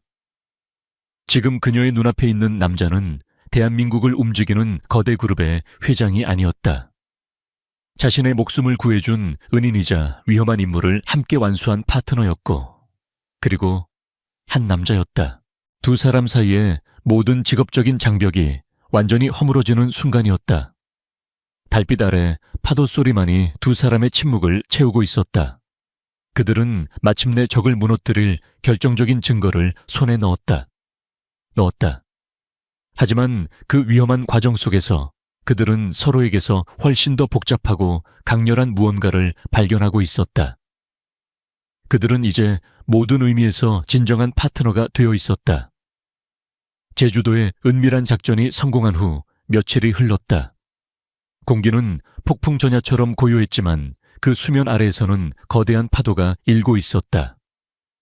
마침내 복수의 무대가 마련되었다. 모든 비극이 시작되었던 바로 그 장소, 시그나투라 호텔에서 열리는 코리아 글로벌 비즈니스 서밋 KGBS. 이곳에서 모든 진실이 밝혀지고 모든 거짓이 심판받을 터였다. 최민주는 행사의 주인공이었다. 그는 유력한 올해의 기업인 상후보이자 컨퍼런스의 기조연설자로 연단에 설 예정이었다. 제주도에서의 비자금 거래가 성공적으로 마무리되었다고 믿는 그는 오만함의 정점에 서 있었다. 자신의 발밑에서 어떤 거대한 함정이 입을 벌리고 있는지 전혀 알지 못한 채 그의 곁에는 강민호가 있었다. 최민준의 오른팔이 된 그는 이전의 초라함을 벗고 성공한 남자의 가면을 쓴 채 거들먹거리고 있었다. 그는 행사장 로비에서 권지혁과 함께 들어서는 한유라를 발견했다. 그는 경멸과 조롱이 섞인 미소를 지었다. 결국 저 여자의 종착역은 권력 있는 남자의 트로피 신세로군. 그는 그렇게 생각하며 그녀를 한심하게 쳐다보았다. 권지혁과 한유라는 요란한 수행원 없이 조용히 행사장에 들어섰다. 하지만 그들에게서는 주변을 압도하는 조용하고 강력한 자신감이 뿜어져 나왔다. 한유라는 더 이상 호텔 매니저도 소믈리에도 아니었다. 그녀는 날렵하고 우아한 파워 수트를 입고 있었고 누가 보아도 최고 수준의 기업 자문가다운 모습이었다. 두 세력의 긴장감 넘치는 만남은 피할 수 없었다. 최민준이 의기양양하게 그들에게 다가왔다. 권 회장, 이런 큰 행사에 직접 오시다니 영광입니다. 그는 권지혁에게 악수를 청하며 힐끗 유라를 쳐다보았다. 그런데 옆에 계신 분은 얼굴이 낯이 익는데 말입니다. 강민호가 최민준의 귀에 대고 속삭였다. 이 호텔에서 불미스럽게 쫓겨난 전직 매니저입니다. 그 말을 들은 최민준의 입가에 비열한 미소가 걸렸다. 하지만 권지혁은 유라의 등을 부드럽게 감싸 안으며 조금도 동요하지 않고 말했다. 제 특별 보좌관인 한유라 씨입니다. 최 전무께서도 곧 아주 잘 알게 되실 겁니다. 그 말 속에 숨겨진 서늘한 경고가 공기 중에 맴돌았다. 최민주는 잠시 흠칫했지만 이내 대수롭지 않다는 듯 웃어넘겼다. 드디어 행사의 하이라이트인 최민준의 기조연설 시간이 되었다. 그는 그랜드 볼룸의 화려한 연단에 서서 기업 윤리와 투명 경영에 대해 열변을 토하고 있었다. 그의 위선적인 연설에 일부 청중들은 감동한 듯 고개를 끄덕였다. 그의 연설이 절정에 달했을 무렵 그가 준비한 화려한 프레젠테이션이 떠있던 무대 뒤에 거대한 스크린이 갑자기 깜빡였다. 그리고 화면이 바뀌었다. 가장 먼저 나타난 것은 칠흑 같은 어둠과 함께 흘러나오는 맑고 선명한 음성 파일이었다. 그가 마실 음료에 확실히 넣어 흔적도 남기지 마. 최민준의 목소리였다. 권지혁을 독살하라고 지시하던 바로 그 목소리. 거대한 볼륨하는 순간 찬물을 끼얹은 듯 조용해졌고 이내 경악의 탄식 소리가 여기저기서 터져 나왔다. 연단 위의 최민준은 그대로 얼어붙었다. 그의 얼굴에서 핏기가 사라지고 새하얗게 질려갔다. 그의 혼란은 시작에 불과했다. 다음 화면에는 제주도에서 확보한 USB의 내용이 펼쳐졌다. 비자금의 흐름을 상세히 기록한 비밀 장부 뇌물을 받은 정관계 인사들의 명단. 해외 유령 회사의 계좌 번호들이 적나라하게 드러났다. 빼도 박도 못하는 증거였다. 스크린은 다시 한번 바뀌었다. 내부 공모자들이라는 섬뜩한 제목 아래 강민호의 얼굴이 대문짝만하게 나타났다. 그가 최민준과 주고받은 문자 메시지들이 화면을 가득 채웠다. 한유라 그 여자는 우리가 뒤집어 씌우면 됩니다. 원래 평판도 좋지 않으니 다들 믿을 겁니다. 처리만 확실하다면 이번 승진은 문제없겠지. 모든 음모의 전말이 만천에 공개되는 순간이었다. 청중석에 앉아있던 강민호는 비명을 지르며 도망치려 했다. 하지만 그의 퇴로는 이미 권지혁의 사람들이 막고 있었다. 그는 그대로 주저앉아 아니야, 내가 아니야 라고 중얼거리며 발버둥 쳤다. 연단 위에 최민준 역시 이성을 잃고 소리쳤다. 거짓말, 이건 조작이야. 저놈들이 나를 함정에 빠뜨린 거라고. 그때 권지혁이 조용히 연단 위로 걸어 올라갔다. 그는 얼어붙은 최민준의 옆에 서서 마이크를 잡았다. 그의 목소리는 소리치지 않았지만 볼륨 전체를 지배할 만큼 차갑고 단호했다. 조작이 아닙니다, 최민준 씨. 이것은 모두 진실입니다. 그는 청중들을 향해 말했다. 최 전무는 이 호텔에서 저를 죽이려 했고 실패하자 자신의 범죄를 한 무고한 직원에게 뒤집어 씌웠습니다. 여러분이 지금 보신 것은 부패한 기업인이 자신의 욕망을 위해 얼마나 추악해질 수 있는지를 보여주는 증거입니다. 그는 잠시 말을 멈추고 무대 옆에서 모든 것을 지켜보고 있는 유라를 향해 손짓했다. 그리고 이 모든 진실을 밝히는 데는 부당하게 모든 것을 잃었던 한 용감한 사람의 도움이 있었습니다. 그녀는 자신의 명예와 직업을 걸고 진실을 위해 싸웠습니다. 모든 스포트라이트가 유레게로 향했다. 청중들은 이제 그녀를 불명예스러운 전직 매니저도 권력자의 미스터리한 연인도 아닌 이 거대한 복수극의 진정한 주인공으로 바라보고 있었다. 유라는 수백 개의 시선을 피하지 않고 조용하고 당당하게 마주했다. 행사장은 순식간에 아수라장이 되었다. 기자들은 소리를 지르며 무대로 몰려들었고 미리 연락을 받고 대기하고 있던 사복 경찰들이 볼룸 안으로 들어왔다. 그들은 연단으로 다가가 최민준에게 다가갔다. 최민준 씨, 살인미수 횡령 배임 및 기타 혐의로 당신을 긴급 체포합니다. 최민준은 더 이상 저항하지 않았다. 그는 모든 것을 잃고 완전히 무너진 모습으로 순순히 수갑을 찼다. 경찰들은 또한 바닥에서 넋이 나간 채 울고 있는 강민호를 체포했다. 그는 질질 끌려가면서 마지막으로 유라와 눈이 마주쳤다. 그는 그녀의 눈에서 증오나 승리감이 아닌 차갑고 무심한 연민을 보았다. 그것이 그에게는 가장 마지막에 그리고 가장 비참한 패배의 확인이었다. 권지혁과 한유라는 무대 위에 나란히 서서 그들의 적들이 무너져 내리는 광경을 지켜보았다. 길고 길었던 싸움이 끝났다. 정의는 어두운 뒷골목이 아니라 가장 밝은 조명 아래서 모든 악몽이 시작되었던 바로 그곳에서 실현되었다. 두 사람의 시선이 마주쳤다. 이제 그들의 앞에는 복수가 아닌 새로운 미래를 함께 만들어가야 할 시간이 기다리고 있었다. 폭풍이 지나간 후 세상은 다시 제자리를 찾기 시작했다. 최민주는 살인미수와 수천억 원대의 횡령 및 배임 혐의로 무기징역에 가까운 중형을 선고받고 역사의 뒤양일로 사라졌다. 그의 충실한 개였던 강민호는 수사에 협조한 대가로 감형을 받았지만 그의 인생 역시 재기불능의 폐허로 남았다. 세상에 떠들썩했던 관심은 새로운 사건들로 옮겨갔고 한때 대한민국을 뒤흔들었던 거대한 스캔들은 서서히 잊혀갔다. LK그룹은 위기를 기회로 만들었다. 권지혁의 단호한 리더십 아래 부패의 고름을 완전히 짜냈고 투명 경영을 선언한 이후 주가는 연일 최고치를 경신했다. 그는 명실상부한 대한민국 재계에 가장 신뢰받는 젊은 리더로 우뚝 섰다. 그리고 그 중심에는 한유라가 있었다. 그녀는 더 이상 회장 직속 특별보좌관이라는 임시직함으로 불리지 않았다. 권지혁은 그녀의 능력을 최대한 발휘할 수 있도록 기업전략 및 위기관리본부라는 새로운 부서를 신설하고 그녀를 초대 본부장으로 임명했다. 한때 그녀를 의심의 눈초리로 바라보던 임직원들은 이제 그녀의 통찰력과 결단력에 아낌없는 존경과 신뢰를 보냈다. 그녀는 자신의 능력으로 스스로의 가치를 증명해냈다. 전쟁은 끝났다. 공동의 목표였던 복수가 사라지자 권지혁과 한유라 사이에는 어색하지만 달콤한 긴장감이 흐르기 시작했다. 그들을 단단하게 묶어주던 프로페셔널한 파트너십이라는 껍질이 사라진 지금 그들은 온전히 개인적인 감정으로 서로를 마주해야 했다.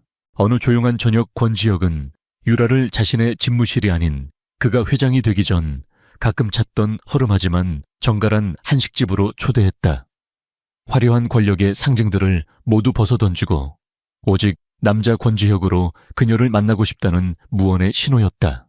두 사람은 나란히 앉아 조용히 식사를 했다.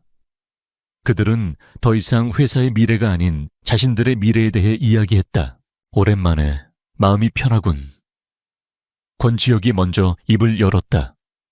하지만 동시에 조금 길을 잃은 것 같기도 하오. 평생을 싸우는 데만 익숙해져서 그런지 막상 싸움이 끝나니 뭘 해야 할지 모르겠군. 그의 솔직한 고백에 유라가 부드럽게 미소 지었다. 이제 싸우는 대신 무언가를 쌓아 올리시면 됩니다. 회장님께서는 이제 지키고 싸우는 리더가 아니라 새로운 것을 만들어가는 리더가 되실 수 있습니다. 그녀의 지혜로운 말은 그의 마음을 울렸다. 그녀는 언제나 그랬듯 그가 보지 못하는 길을 보여주고 있었다. 식사를 마친 후 권지혁은 그녀를 어떤 장소로 데려갔다. 그곳은 바로 그들의 운명이 처음으로 엮였던 곳 시그나투라 호텔이었다. 그는 호텔의 25층 전체를 빌렸다. 그는 그녀를 화려한 스위트룸이 아닌 그가 처음 쓰러져 있던 복도 끝으로 이끌었다. 조명은 부드러웠고 분위기는 고요하고 내밀했다. 모든 것이 시작되었던 바로 그 장소였다. 권지혁은 유라의 손을 잡았다. 그의 손은 따뜻하고 단단했다. 이곳에서 그가 입을 열었다. 당신은 내 목숨을 구했소. 그는 사랑한다는 말로 시작하지 않았다.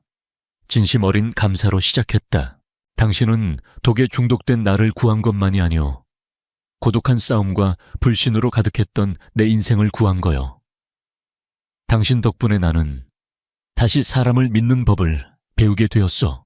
그는 그녀의 강인함과 지혜, 그리고 그녀를 존경하고 흠모하게 된 과정에 대해 담담히 이야기했다.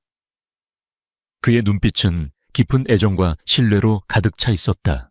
한유라 씨, 그의 목소리가 조금 떨렸다. 나는 더 이상 복수를 위해 당신이 필요한 게 아니오. 내 남은 인생을 함께 만들어가기 위해 당신이 필요하오. 나와 결혼해 주시오. 그는 거창한 다이아몬드 반지를 꺼내지 않았다. 대신 그녀의 손을 더욱 굳게 잡았다. 물질이 아닌 진심 어린 약속 그 자체가 중요했다. 유라의 눈에서 뜨거운 눈물이 흘러내렸다. 그것은 슬픔의 눈물이 아닌 기쁨과 감동의 눈물이었다. 시련의 상처로 얼룩졌던 과거에 그 밤 한 남자를 구했던 작은 용기가 그녀의 인생을 이토록 찬란한 순간으로 이끌 줄이야. 그녀는 눈물을 흘리며 고개를 끄덕였다. 세상에서 가장 행복한 미소와 함께. 네, 그렇게 할게요. 시간이 흘러 1년 후, 두 사람은 성대한 기업형 결혼식이 아닌 가까운 지인들만 초대한 작은 결혼식을 올리고 부부가 되었다. 어느 화창한 주말, 그들은 나란히 한 보육원을 찾았다. 유라가 새롭게 추진한 LK그룹의 사회공헌 활동의 일환으로 후원하는 곳이었다. 아이들의 해맑은 웃음소리 속에서 권지혁과 한유라는 서로를 마주보며 미소 지었다. 그녀는 단지 재벌의 아내가 된 것이 아니었다. 동등한 파트너를 만나 자신의 재능을 더 넓은 세상을 위해 펼치고 있었다. 한때는 찢겨나간 사랑의 상처로 가득했던 그녀의 삶은 이제 그 상처를 딛고 피어난 더 크고 단단한 사랑으로 채워져 있었다. 절망의 밤에 내밀었던 용기 있는 손길은 결국 그녀 자신을 구원한 가장 위대한 선택이 되었다. 그들의 이야기는 이제 막 새로운 장을 시작하고 있었다. 함께 써 내려갈 눈부신 내일을 향해. 도시 외곽의 낡은 뒷골목 쓰레기 수거장 옆에는 거대한 폐기물 더미가 산처럼 쌓여 있었다. 썩은 음식물과 쇠붙이 냄새가 코를 찔렀지만 김은서는 아랑곳하지 않았다. 그녀는 낡은 작업복 차림에 머리를 질끈 묶은 채 폐기물 더미를 뒤적이고 있었다. 그녀의 얼굴은 피로에 지쳐 창백했지만 맑고 투명한 눈빛에는 꺾이지 않는 강인함과 알 수 없는 사연이 담겨 있었다. 은서는 몇 년 전 갑작스러운 사고로 부모님을 잃고 홀로 남겨졌다.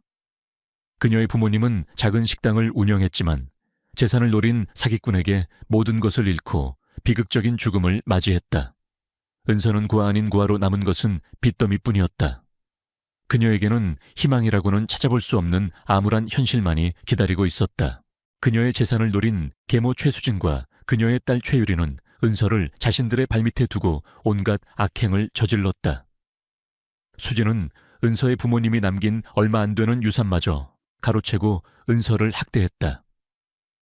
유리는 은서를 하녀처럼 부리며 그녀의 삶을 지옥으로 만들었다. 그들은 은서를 집에서 내쫓았고 은서는 폐기물 더미를 뒤져 쓸 만한 물건을 찾아 생계를 이어가야 했다. 그녀는 매일 밤 차가운 길바닥에서 잠들었다. 이게 뭐야? 왜 아직도 이것밖에 못 찾았어? 너 같은 쓸모없는 년은 죽어버리는 게 나아. 수진의 거친 목소리가 그녀의 귓가에 맴도는 듯했다. 유리는 은서에게 남은 음식물 쓰레기를 던지며 비웃었다. 은서는 그들의 조롱과 학대에 익숙했지만 그녀의 마음은 늘 고통스러웠다. 그녀는 자신의 수치심과 절망감을 애써 숨기려 했다. 그녀는 오늘도 폐기물 더미에서 돈이 될 만한 것을 찾아야 했다. 그녀의 눈은 낡은 폐기물들을 샅샅이 뒤졌다. 그때 그녀의 눈에 낡은 천 조각에 쌓인 작은 가방 하나가 들어왔다. 가방은 먼지로 뒤덮여 있었지만 묘하게 고급스러워 보였다. 은서는 직감적으로 이 가방 안에 뭔가 귀중한 것이 숨겨져 있을 것이라고 생각했다. 그녀는 희미한 희망을 품고 조심스럽게 손을 뻗어 가방을 잡으려 했다. 가방은 그녀의 손에 닿을 듯 말 듯 했다. 그녀의 심장은 희미한 희망으로 고동쳤다. 이 가방이 그녀의 삶을 바꿀 수 있을지도 모른다고 생각했다. 그녀의 손이 가방에 닿으려는 순간 차가운 목소리가 등 뒤에서 들려왔다. 요이 아가씨, 그거 내가 먼저 봤는데. 은서는 깜짝 놀라 고개를 돌렸다. 그녀의 뒤에는 한 남자가 서 있었다. 그의 옷차림은 낡고 허름했지만 그의 눈빛은 묘하게 깊고 총명했다. 그의 얼굴은 수염으로 뒤덮여 있었지만 그 속에는 알 수 없는 어떤 사연이 담겨 있는 듯했다. 그는 이재민이었다. 사람들은 그를 떠돌이 씨라고 불렀다. 그는 이 동네 폐기물 더미를 뒤져 돈이 될 만한 것을 찾아다니는 노숙자였다. 하지만 그의 진짜 정체는 아무도 알지 못했다. 그는 한때 대한민국 재계를 움직이던 거대한 기업의 CEO였지만 믿었던 사람에게 배신당해 모든 것을 잃고 이처럼 떠돌이 생활을 하고 있었다. 그는 자신의 복수를 위해 이 모든 것을 계획하고 있었다. 재민은 은서를 무심하게 바라보았다. 그의 눈빛은 은서를 하찮게 여기는 듯했지만 동시에 그녀의 눈빛에서 알 수 없는 강인함을 보았다. 그는 은서에게서 자신이 오랫동안 잊고 지냈던 어떤 것을 보았다. 그것은 단순한 동정심이 아니었다. 그것은 마치 잊고 지냈던 어떤 기억을 떠올리게 하는 듯한 강렬한 느낌이었다. 그의 마음속에서 잠들어 있던 어떤 감정이 서서히 깨어나는 듯했다. 그게 죄송합니다. 제가 먼저 봤다고 생각해서. 은서는 떨리는 목소리로 말했다. 그녀는 자신이 재민에게서 가방을 빼앗으려 했다는 사실에 부끄러움을 느꼈다. 그녀는 가방을 포기하고 돌아서려 했다. 그때 재민은 은서에게 다가가 낡은 천 가방을 그녀의 손에 쥐어주었다. 이봐 아가씨, 당신은 나보다 더 필요한 것 같군. 가져가. 하지만 명심해. 이 가방 안에는 위험한 것이 들어있을 수도 있으니 함부로 열지 마.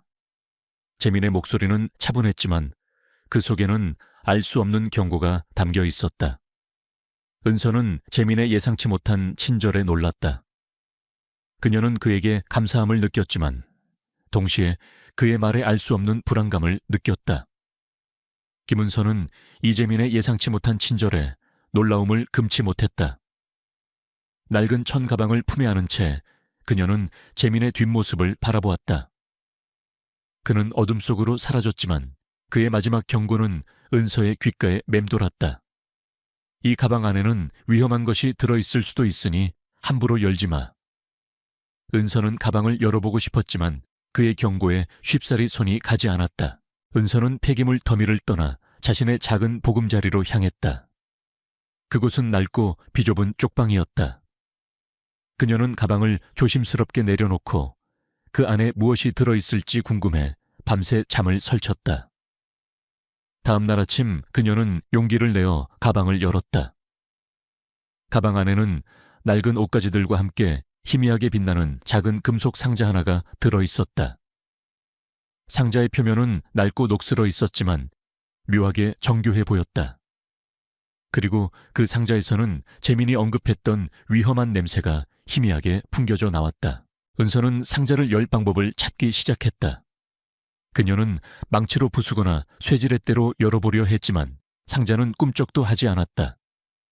상자의 표면에는 알 수 없는 문양과 함께 복잡한 숫자 배열이 새겨져 있었다. 은서는 직감적으로 이 상자가 단순한 금속 상자가 아니라 어떤 비밀스러운 장치라는 것을 깨달았다.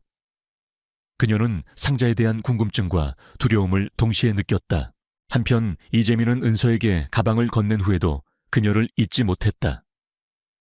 그의 머릿속에는 은서의 창백한 얼굴과 강인한 눈빛이 맴돌았다. 그는 은서에게서 자신이 오랫동안 잊고 지냈던 순수함과 강인함을 보았다. 재민은 자신의 삶이 과거의 복수심으로 인해 너무나 메말라 있었다는 것을 깨달았다. 그는 은서의 존재가 자신에게 어떤 새로운 의미를 안겨줄 것이라고 직감했다. 재민은 겉으로는 여전히 떠돌이 이씨로 살아가고 있었다. 그는 낮에는 폐기물 더미를 뒤지고 밤에는 낡은 여관방에서 지냈다. 하지만 그의 진짜 정체는 아무도 알지 못했다. 그는 한때 대한민국 재계를 움직이던 거대한 기업의 CEO였다. 그의 이름은 신성그룹의 회장 이재민. 그는 믿었던 친구에게 배신당해 모든 것을 잃고 이처럼 떠돌이 생활을 하고 있었다. 그는 자신의 복수를 위해 이 모든 것을 계획하고 있었다. 재민은 은서의 주변을 맴돌며 그녀의 삶을 관찰했다. 그는 은서가 낮에는 식당에서 아르바이트를 하고 밤에는 폐기물 더미를 뒤졌을 만한 물건을 찾아 생계를 이어간다는 것을 알아냈다. 그녀는 항상 피곤해 보였지만 그녀의 얼굴에는 꺾이지 않는 의지가 담겨 있었다.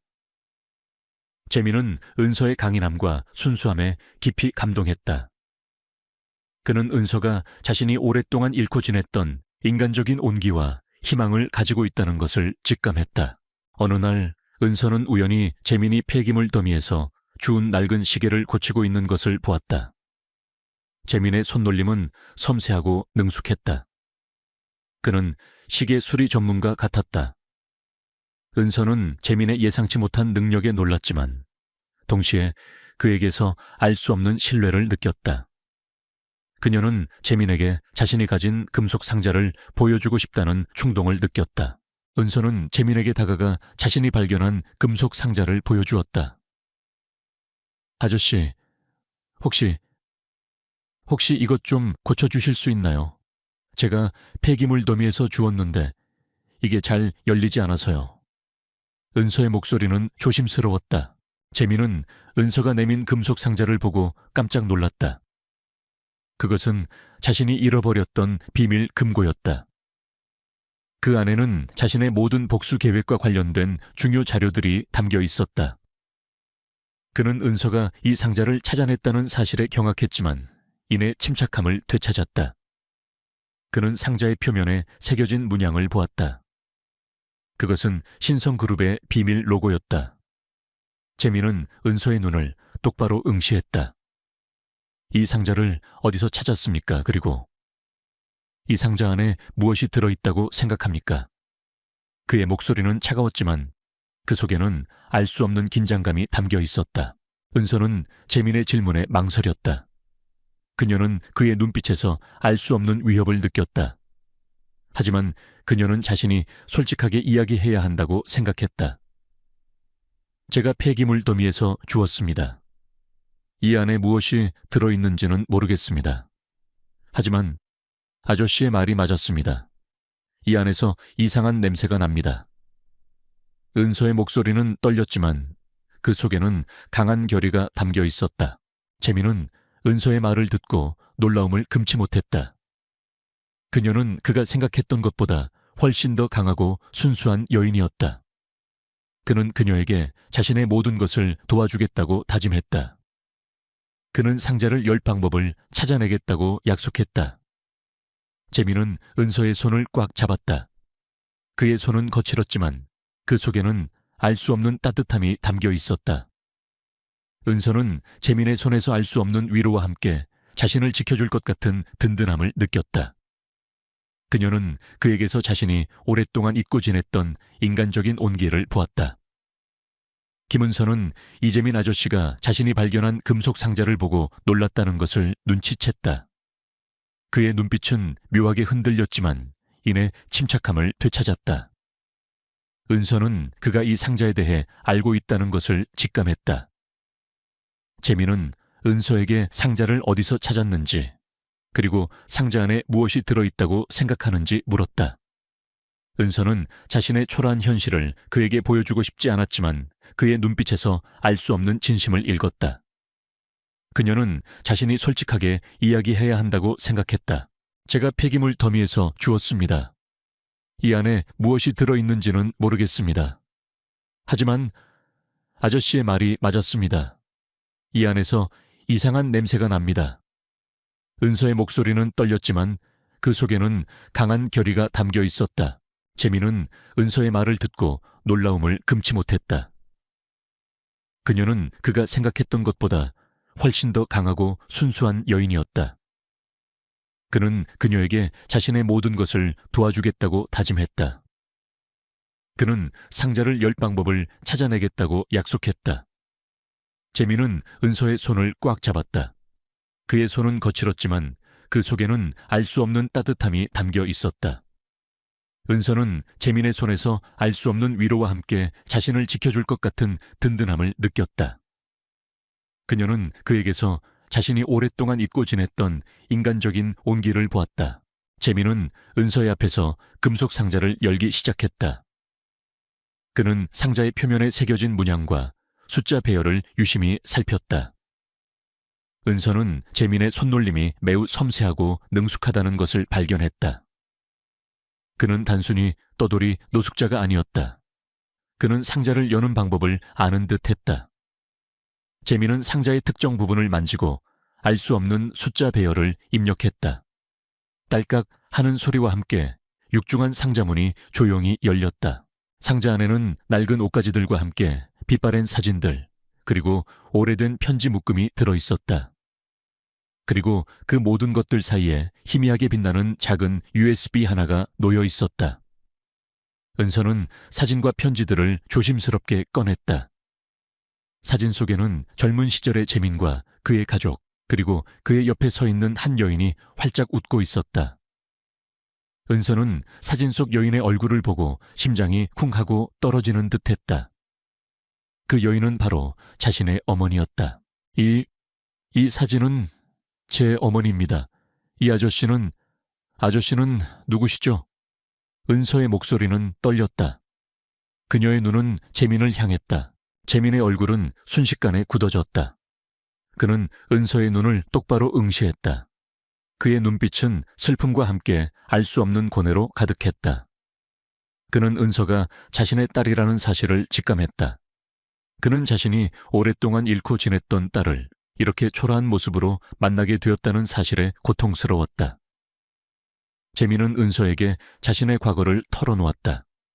그는 자신이 신성그룹의 회장 이재민이며 은서의 아버지라는 사실을 고백했다. 그는 과거 믿었던 친구에게 배신당해 모든 것을 잃고 이처럼 떠돌이 생활을 하고 있었다고 말했다.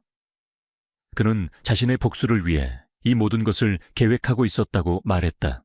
은서는 재민의 고백에 충격을 금치 못했다. 자신의 아버지가 재벌 회장이었다니. 그리고 자신이 그토록 증오했던 계모 최수진과 그녀의 딸 최유리가 자신의 아버지의 재산을 노리고 자신을 학대했다는 사실에 분노했다. 은서는 자신의 삶을 비참하게 만든 모든 진실을 알게 되자 이를 갈았다. 재민은 은서의 손을 꽉 잡았다. 은서야, 아빠가 미안하다. 아빠가 너를 지켜주지 못했어. 하지만 이제 아빠는 너를 지킬 것이다. 아빠의 모든 것을 걸고 너를 지킬 것이다. 그리고 너의 어머니와 나를 배신한 모든 자들에게 대가를 치르게 할 것이다.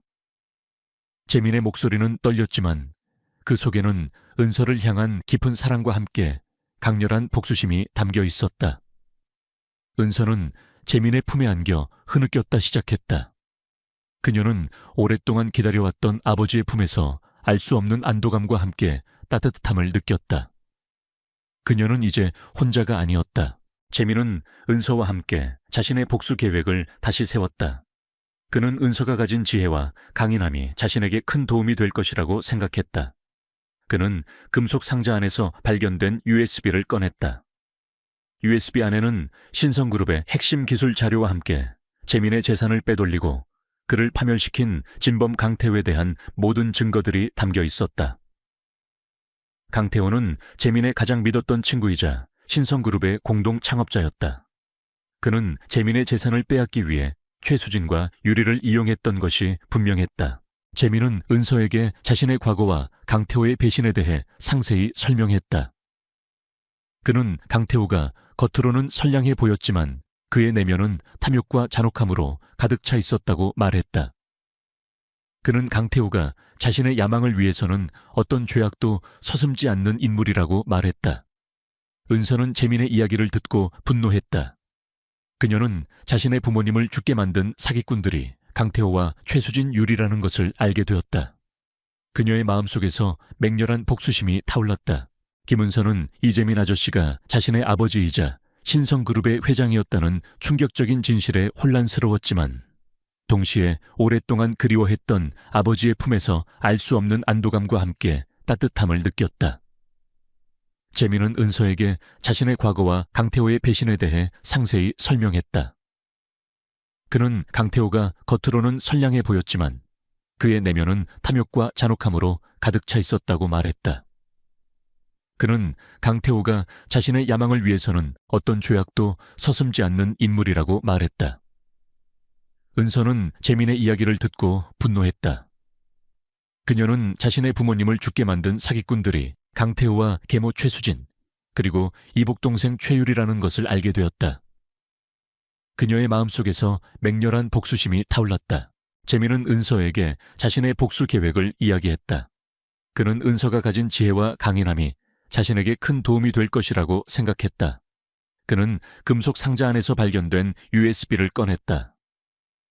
USB 안에는 신성그룹의 핵심 기술 자료와 함께 강태호가 재민의 재산을 빼돌리고 그를 파멸시킨 모든 증거들이 담겨 있었다. 강태호는 재민의 가장 믿었던 친구이자 신성그룹의 공동 창업자였다. 그는 재민의 재산을 빼앗기 위해 최수진과 유리를 이용했던 것이 분명했다. 한편 계모 최수진과 최유리는 은서가 갑자기 사라지자 불안감을 느꼈다. 그들은 은서가 재민에게 팔려갔다는 사실을 알지 못했다. 그들은 은서가 자신들의 비리를 폭로할까봐 두려워했다. 최수진은 유리를 시켜 은서의 행방을 추적하도록 했다. 강태호는 재민이 살아있다는 사실과 은서가 그를 만나 자신의 비밀 금고를 찾아냈다는 것을 알게 되자 경악했다. 그는 자신의 모든 계획이 수포로 돌아갈 위기에 처하자 광분했다. 그는 재민과 은서를 영구적으로 처리하기 위한 계획을 서두르기 시작했다. 그는 자신의 최측근인 변호사 박준영을 통해 재민과 은서의 약점을 찾기 시작했다. 박준영은 강태호의 모든 불법적인 일을 처리하는 데 능숙한 인물이었다. 강태호는 언론에 재민에 대한 허위 사실을 유포하고 신성그룹의 주가를 조작하여 재민을 몰아내려 했다. 그는 재민이 재산을 탕진하고 도박에 빠져 모든 것을 잃은 파산자라고 주장하며 그의 명예를 실추시키려 했다. 또한 그는 은서를 비난하며 그녀가 재민의 재산을 노린 사기꾼이라고 주장했다. 그의 목표는 재민과 은서를 사회적으로 매장시키고 신성그룹의 회장 자리를 자신이 차지하는 것이었다. 재민은 강태호의 비열한 공격에 맞섰다. 그는 밤낮 없이 강태호의 거짓말을 반박하고 신성그룹의 주가를 방어했다. 은서는 재민의 옆에서 그를 도왔다. 그녀는 자신의 뛰어난 분석력과 통찰력을 이용하여 강태호의 숨겨진 비리를 찾아냈다. 그녀는 강태호가 유령 회사를 설립하여 신성그룹의 자산을 빼돌리고 불법적인 거래를 통해 비자금을 조성하고 있다는 것을 알아냈다. 은서는 재민의 과거를 치유하고 그에게 잃었던 사랑과 행복을 되찾아주기 위해 노력했다. 그녀는 재민의 옆에서 그의 조력자가 되어 모든 계획을 지원했다. 그녀는 자신의 지식과 지혜로 재민을 도왔고 재민은 그녀의 능력에 감탄했다. 그들의 관계는 단순한 상사와 직원의 관계를 넘어 서로의 상처를 보듬고 치유하는 아버지와 딸의 관계로 발전하고 있었다. 강태호는 재민과 은서의 끈질긴 추적에 점점 더 초조해했다. 그는 자신의 비밀이 드러날 것을 두려워했다. 그는 재민과 은서를 영구적으로 처리하기 위한 계획을 서두르기 시작했다. 그는 자신의 마지막 공격을 준비하고 있었다. 강태호는 최수진과 유리를 이용하여 은서를 협박하려 했다.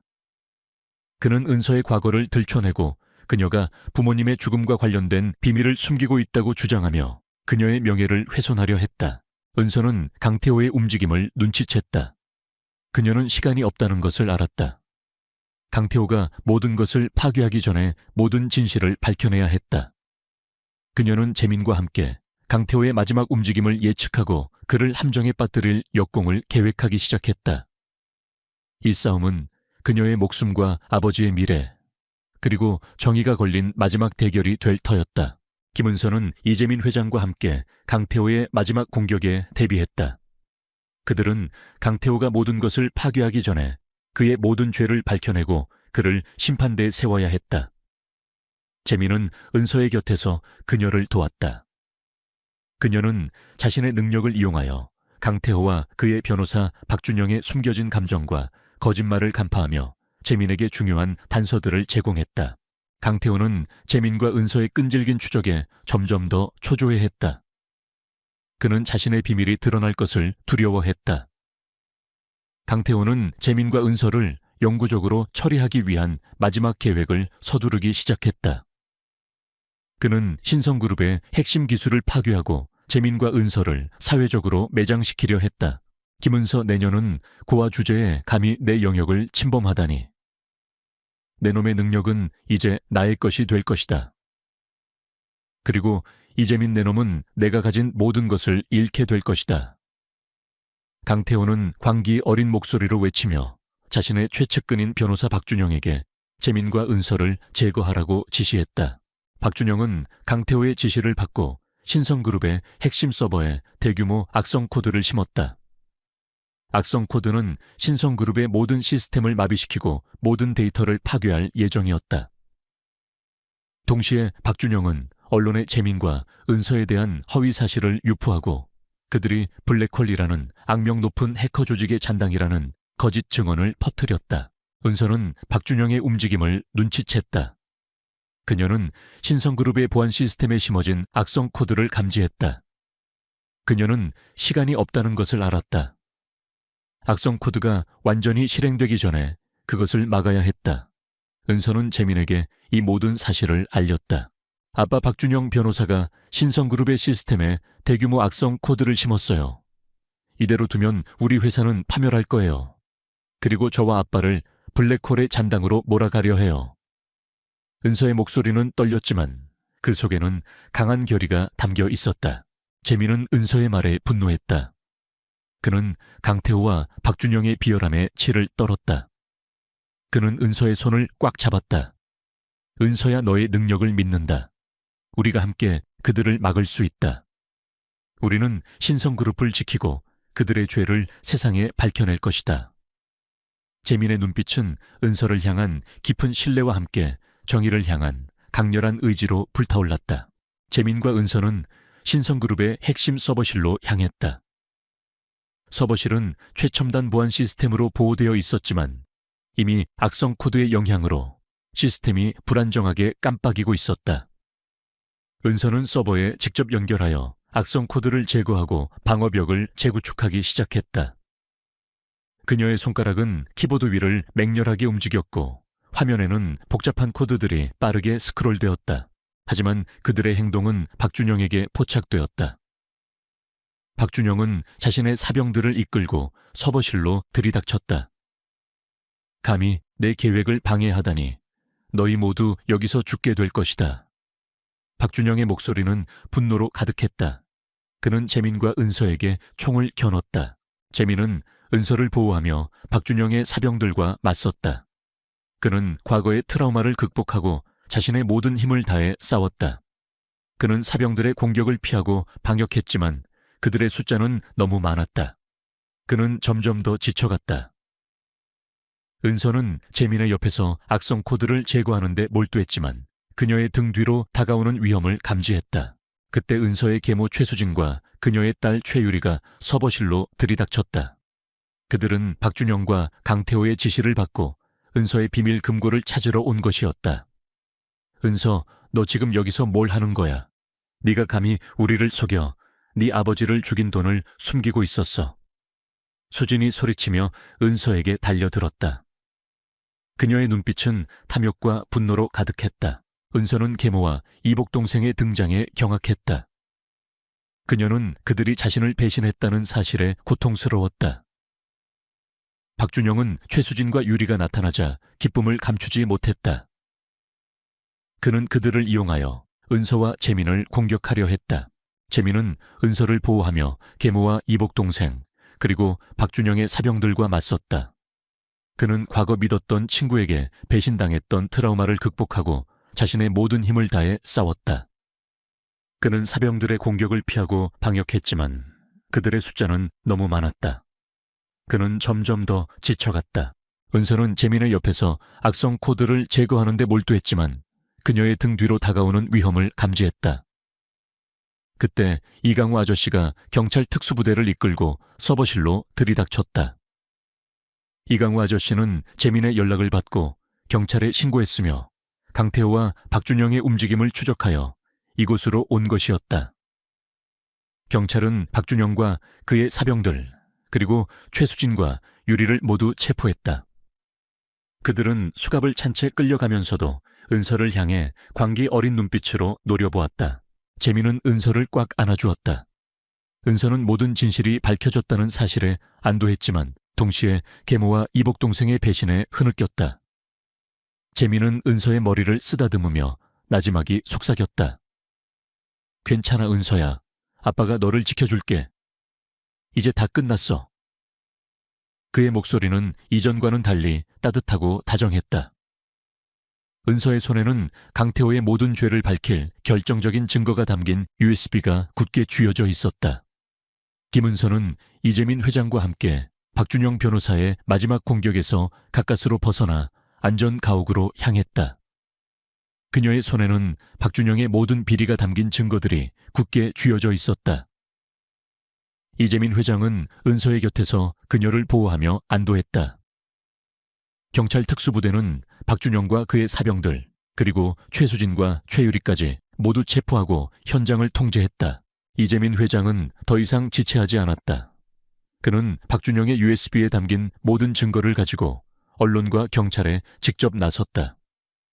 기자회견장에는 수많은 기자들과 카메라들이 모여들었다. 이재민 회장은 떨리는 목소리로 박준영의 추악한 범죄와 신성그룹 내부의 부패 네트워크, 그리고 자신의 재산을 빼돌리고 은서의 가족을 파멸시킨 진실을 폭로했다. 그는 USB에 담긴 모든 증거, 즉 신성그룹의 핵심 기술 자료, 비자금 내역 강태호와의 불법 거래 기록, 그리고 은서의 부모님 사고 조작 보고서까지 낱낱이 공개했다. 언론은 이재민 회장의 폭로에 일제히 들끓었다. 대한민국 최고의 그룹 회장의 충격적인 고백은 전 국민의 이목을 집중시켰다. 사람들은 박준영과 강태호의 잔혹함에 분노했고 이재민 회장과 은서 가족의 비극에 애도를 표했다. 강태호 회장은 뉴스를 통해 이 모든 사실을 접하고 광분했다. 그는 자신이 쌓아 올린 명성과 권력이 한순간에 무너져 내리는 것을 보며 분노와 절망에 휩싸였다. 그는 언론을 매수하고 여론을 조작하려 했지만 이재민 회장이 제시한 너무나도 명확한 증거들과 국민적 분노 앞에서 그의 시도는 모두 실패로 돌아갔다. 신성그룹은 산산조각 났고 그의 모든 사업은 마비되었다. 결국 강태호 회장과 박준영 변호사는 경찰에 체포되었다. 그들은 수갑을 찬 채 경찰서로 끌려가면서도 이재민 회장과 은서를 향해 광기 어린 눈빛으로 노려보았다. 이재민 김은서 내놈들이 감히 날 이렇게 만들다니 이대로 끝날 줄 아느냐. 반드시 내놈들에게 대가를 치르게 할 것이다. 그들의 목소리는 증오로 가득했다. 강태호는 자신의 죄를 인정하기보다는 자신을 파멸시킨 이재민 회장과 은서에게 복수할 기회만을 노리고 있었다. 신성그룹의 핵심 임원들과 강태호의 비리에 연루된 모든 공범들도 줄줄이 체포되었다. 그들은 법의 심판을 받게 될 것이었다. 그들의 추악한 비리는 낱낱이 공개되었고 사회는 이로 인해 큰 혼란을 겪었지만 동시에 오랜 병폐를 척결하는 계기가 되었다. 이재민 회장은 자신의 재산과 명예를 되찾았지만 그의 마음속에는 여전히 슬픔과 고통이 남아있었다. 은서는 병원에서 회복 중이었다. 그녀는 자신의 부모님의 죽음이 밝혀진 것에 안도했지만 동시에 계모 최수진과 이복동생 최유리의 배신에 고통스러워했다. 그녀는 김영철 아저씨의 죽음을 슬퍼했지만 그의 희생이 헛되지 않도록 자신이 시작한 일을 끝까지 책임져야 한다고 생각했다.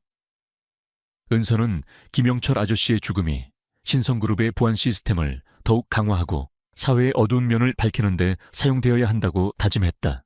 은서의 능력과 용기가 언론에 알려지자 세상은 그녀를 진실의 사도라고 불렀다.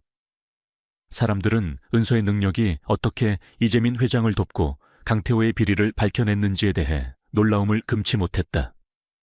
은서는 자신의 능력이 선한 목적으로 사용될 수 있다는 것을 깨달았다. 그녀는 이재민 회장과 함께 세상을 더 나은 곳으로 만들겠다고 다짐했다. 하지만 강태호의 복수심은 사라지지 않았다. 그는 구치소에 수감된 상태에서도 이재민 회장과 은서를 향한 증오를 불태웠다. 그는 자신의 마지막 남은 추종자들을 이용해 이재민 회장과 은서에게 최종 공격을 가할 준비를 하고 있었다. 이재민 회장은 강태호 같은 악의 그림자가 쉽게 사라지지 않는다는 것을 알고 있었다. 그는 늘 경계를 늦추지 않고 다음 수를 준비했다. 은서는 이재민 회장의 곁에서 그의 든든한 조력자가 되었다. 그들의 싸움은 아직 끝나지 않았다. 이재민 회장은 김은서의 손을 꽉 잡고 강태호 회장의 비열한 협박 속에서도 굴하지 않았다. 그는 은서의 지혜와 강인함, 그리고 숨겨진 능력에 감탄하며 그녀가 자신에게 얼마나 소중한 존재인지 깨달았다. 은서의 눈빛은 강태호에 대한 복수심과 정의를 향한 강렬한 불꽃으로 타올랐다. 그들은 강태호가 신성그룹의 핵심 기술을 빼돌리고 회사 자금을 횡령했으며 심지어 은서의 부모님을 살해하고 자신을 파멸시켰다는 모든 진실을 세상에 폭로하기 위해 모든 것을 걸었다. 강태호 회장은 구치소에 수감된 상태에서도 이재민 회장과 은서를 향한 증오를 불태웠다. 그는 자신의 마지막 남은 추종자들을 이용해 재민 회장과 은서에게 최종 공격을 가할 준비를 하고 있었다. 그는 신성그룹의 핵심 기술을 파괴하고 재민 회장과 은서를 사회적으로 매장시키려 했다. 그는 언론을 매수하여 재민 회장과 은서에 대한 허위 사실을 유포하고 그들의 명예를 훼손하려 했다.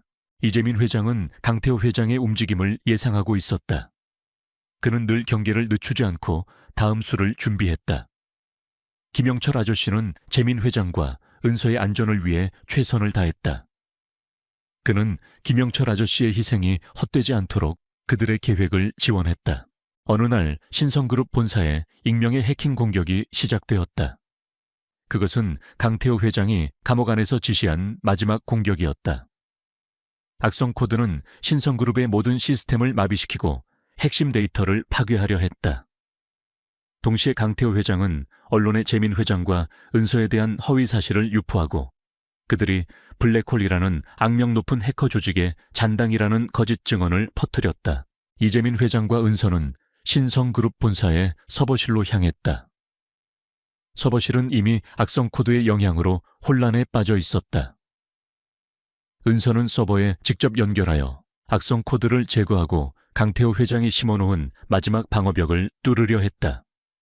그녀의 손가락은 키보드 위를 맹렬하게 움직였고 화면에는 복잡한 코드들이 빠르게 스크롤되었다. 강태호 회장의 최측근인 전직 요원들이 서버실로 들이닥쳐 재민 회장과 은서를 제거하려 했다. 그들은 재민 회장과 은서가 악성 코드를 제거하는 것을 막으려 했다. 재민 회장은 은서를 보호하며 요원들과 맞섰다. 그는 과거의 트라우마를 극복하고 자신의 모든 힘을 다해 싸웠다. 그는 요원들의 공격을 피하고 방역했지만 그들의 숫자는 너무 많았다. 그는 점점 더 지쳐갔다. 은서는 재민 회장의 옆에서 악성 코드를 제거하는 데 몰두했지만 그녀의 등 뒤로 다가오는 위험을 감지했다. 그때 김영철 아저씨가 경찰 특수부대를 이끌고 서버실로 들이닥쳤다. 김영철 아저씨는 재민 회장의 연락을 받고 경찰에 신고했으며 강태호 회장의 마지막 공격을 예상하고 이곳으로 온 것이었다. 경찰은 요원들을 제압하고 재민 회장과 은서를 보호했다. 은서는 마지막 힘을 다해 강태호 회장의 모든 시스템에 접근하여 그의 악성 코드를 완전히 무력화시켰다. 그녀는 강태호 회장의 모든 거짓말과 음모를 세상에 폭로할 수 있는 결정적인 증거들을 확보했다. 그녀는 자신이 가진 모든 증거들을 하늘로 던졌다. USB와 서류들은 서버실 바닥에 흩뿌려졌다. 이재민 회장과 김은서는 병원에서 의식을 되찾았지만 몸은 폭발의 충격으로 만신창이가 되어 있었다. 그들의 손에는 박준영 변호사와 강태호 회장의 모든 비리가 담긴 증거들이 굳게 쥐어져 있었다. 강태호의 마지막 발악은 모든 것을 파괴하려 했지만 은서의 용기와 재민 회장의 헌신적인 보호 덕분에 증거들은 무사히 확보되었다. 강태호 회장은 구치소에서 이 모든 뉴스를 접하고 광분했다. 그는 자신의 모든 것이 무너져 내리는 것을 보며 분노와 절망에 휩싸였다. 그는 언론을 매수하고 여론을 조작하려 했지만 은서가 제시한 너무나도 명확한 증거들과 국민적 분노 앞에서 그의 시도는 모두 실패로 돌아갔다. 그는 자신의 명예와 부를 잃게 될 것이라는 절망감에 휩싸였다. 그는 은서와 재민 회장에게 복수할 기회만을 노리고 있었다.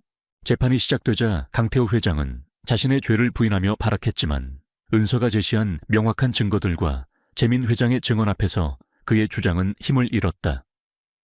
특히 신성그룹의 시스템에 심어진 악성 코드, 비자금 내역, 그리고 은서의 부모님 사고 조작 보고서까지 낱낱이 공개되자 법정은 충격에 휩싸였다. 이재민 회장은 법정의 증인으로 출석하여 자신의 눈으로 목격한 모든 것을 증언했다. 그는 박준영 변호사가 어떻게 강태호 회장의 하수인으로 신성그룹의 비자금을 조성했는지, 그리고 자신이 어떻게 이 모든 진실을 쫓아왔는지 설명했다. 그의 증언은 강태호 회장에게 치명적인 일격이었다. 최종 변론에서 강태호 회장은 마지막 발악을 했다. 그는 자신의 죄를 인정하지 않고 오히려 은서와 재민 회장을 비난하며 자신에게 씌워진 누명이라고 주장했다. 그는 은서가 단순한 돈을 노린 사기꾼이라고 모욕하며 그녀의 진술을 왜곡하려 했다. 그는 자신의 권력과 돈이 모든 것을 해결해 줄 것이라고 믿었다. 하지만 은서는 강태호 회장의 비열한 거짓말에 흔들리지 않았다. 그녀는 법정에서 최후 진술을 했다. 강태호 회장님, 당신은 당신의 탐욕 때문에 수많은 사람들의 삶을 짓밟았습니다. 당신은 당신의 죄를 은폐하기 위해 거짓말을 일삼았습니다. 당신은 인간이 아닙니다. 당신은 모든 생명을 도구로 이용하는 악마입니다. 하지만 진실은 결코 숨겨지지 않습니다. 당신의 죄는 오늘 이 자리에서 심판받을 것입니다. 은서의 목소리는 작았지만 그 속에는 정의를 향한 강렬한 불꽃이 타오르고 있었다. 그녀의 눈빛은 강태호 회장을 향한 흔들림 없는 분노로 가득했다. 강태호 회장은 결국 모든 혐의에 대해 유죄를 선고받고 가장 무거운 형벌에 처해졌다.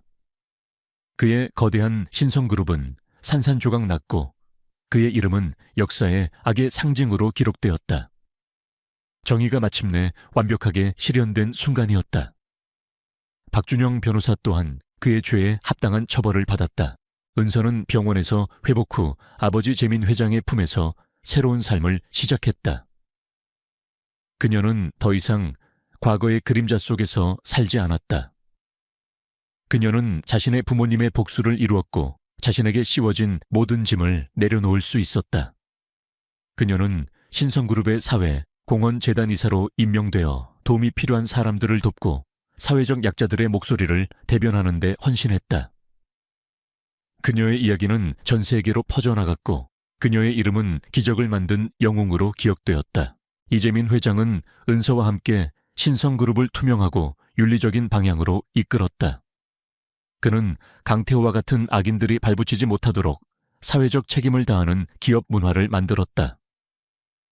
재민 회장은 은서의 빛나는 존재감에 압도되었지만 동시에 그녀에게서 알 수 없는 강렬한 사랑을 느꼈다.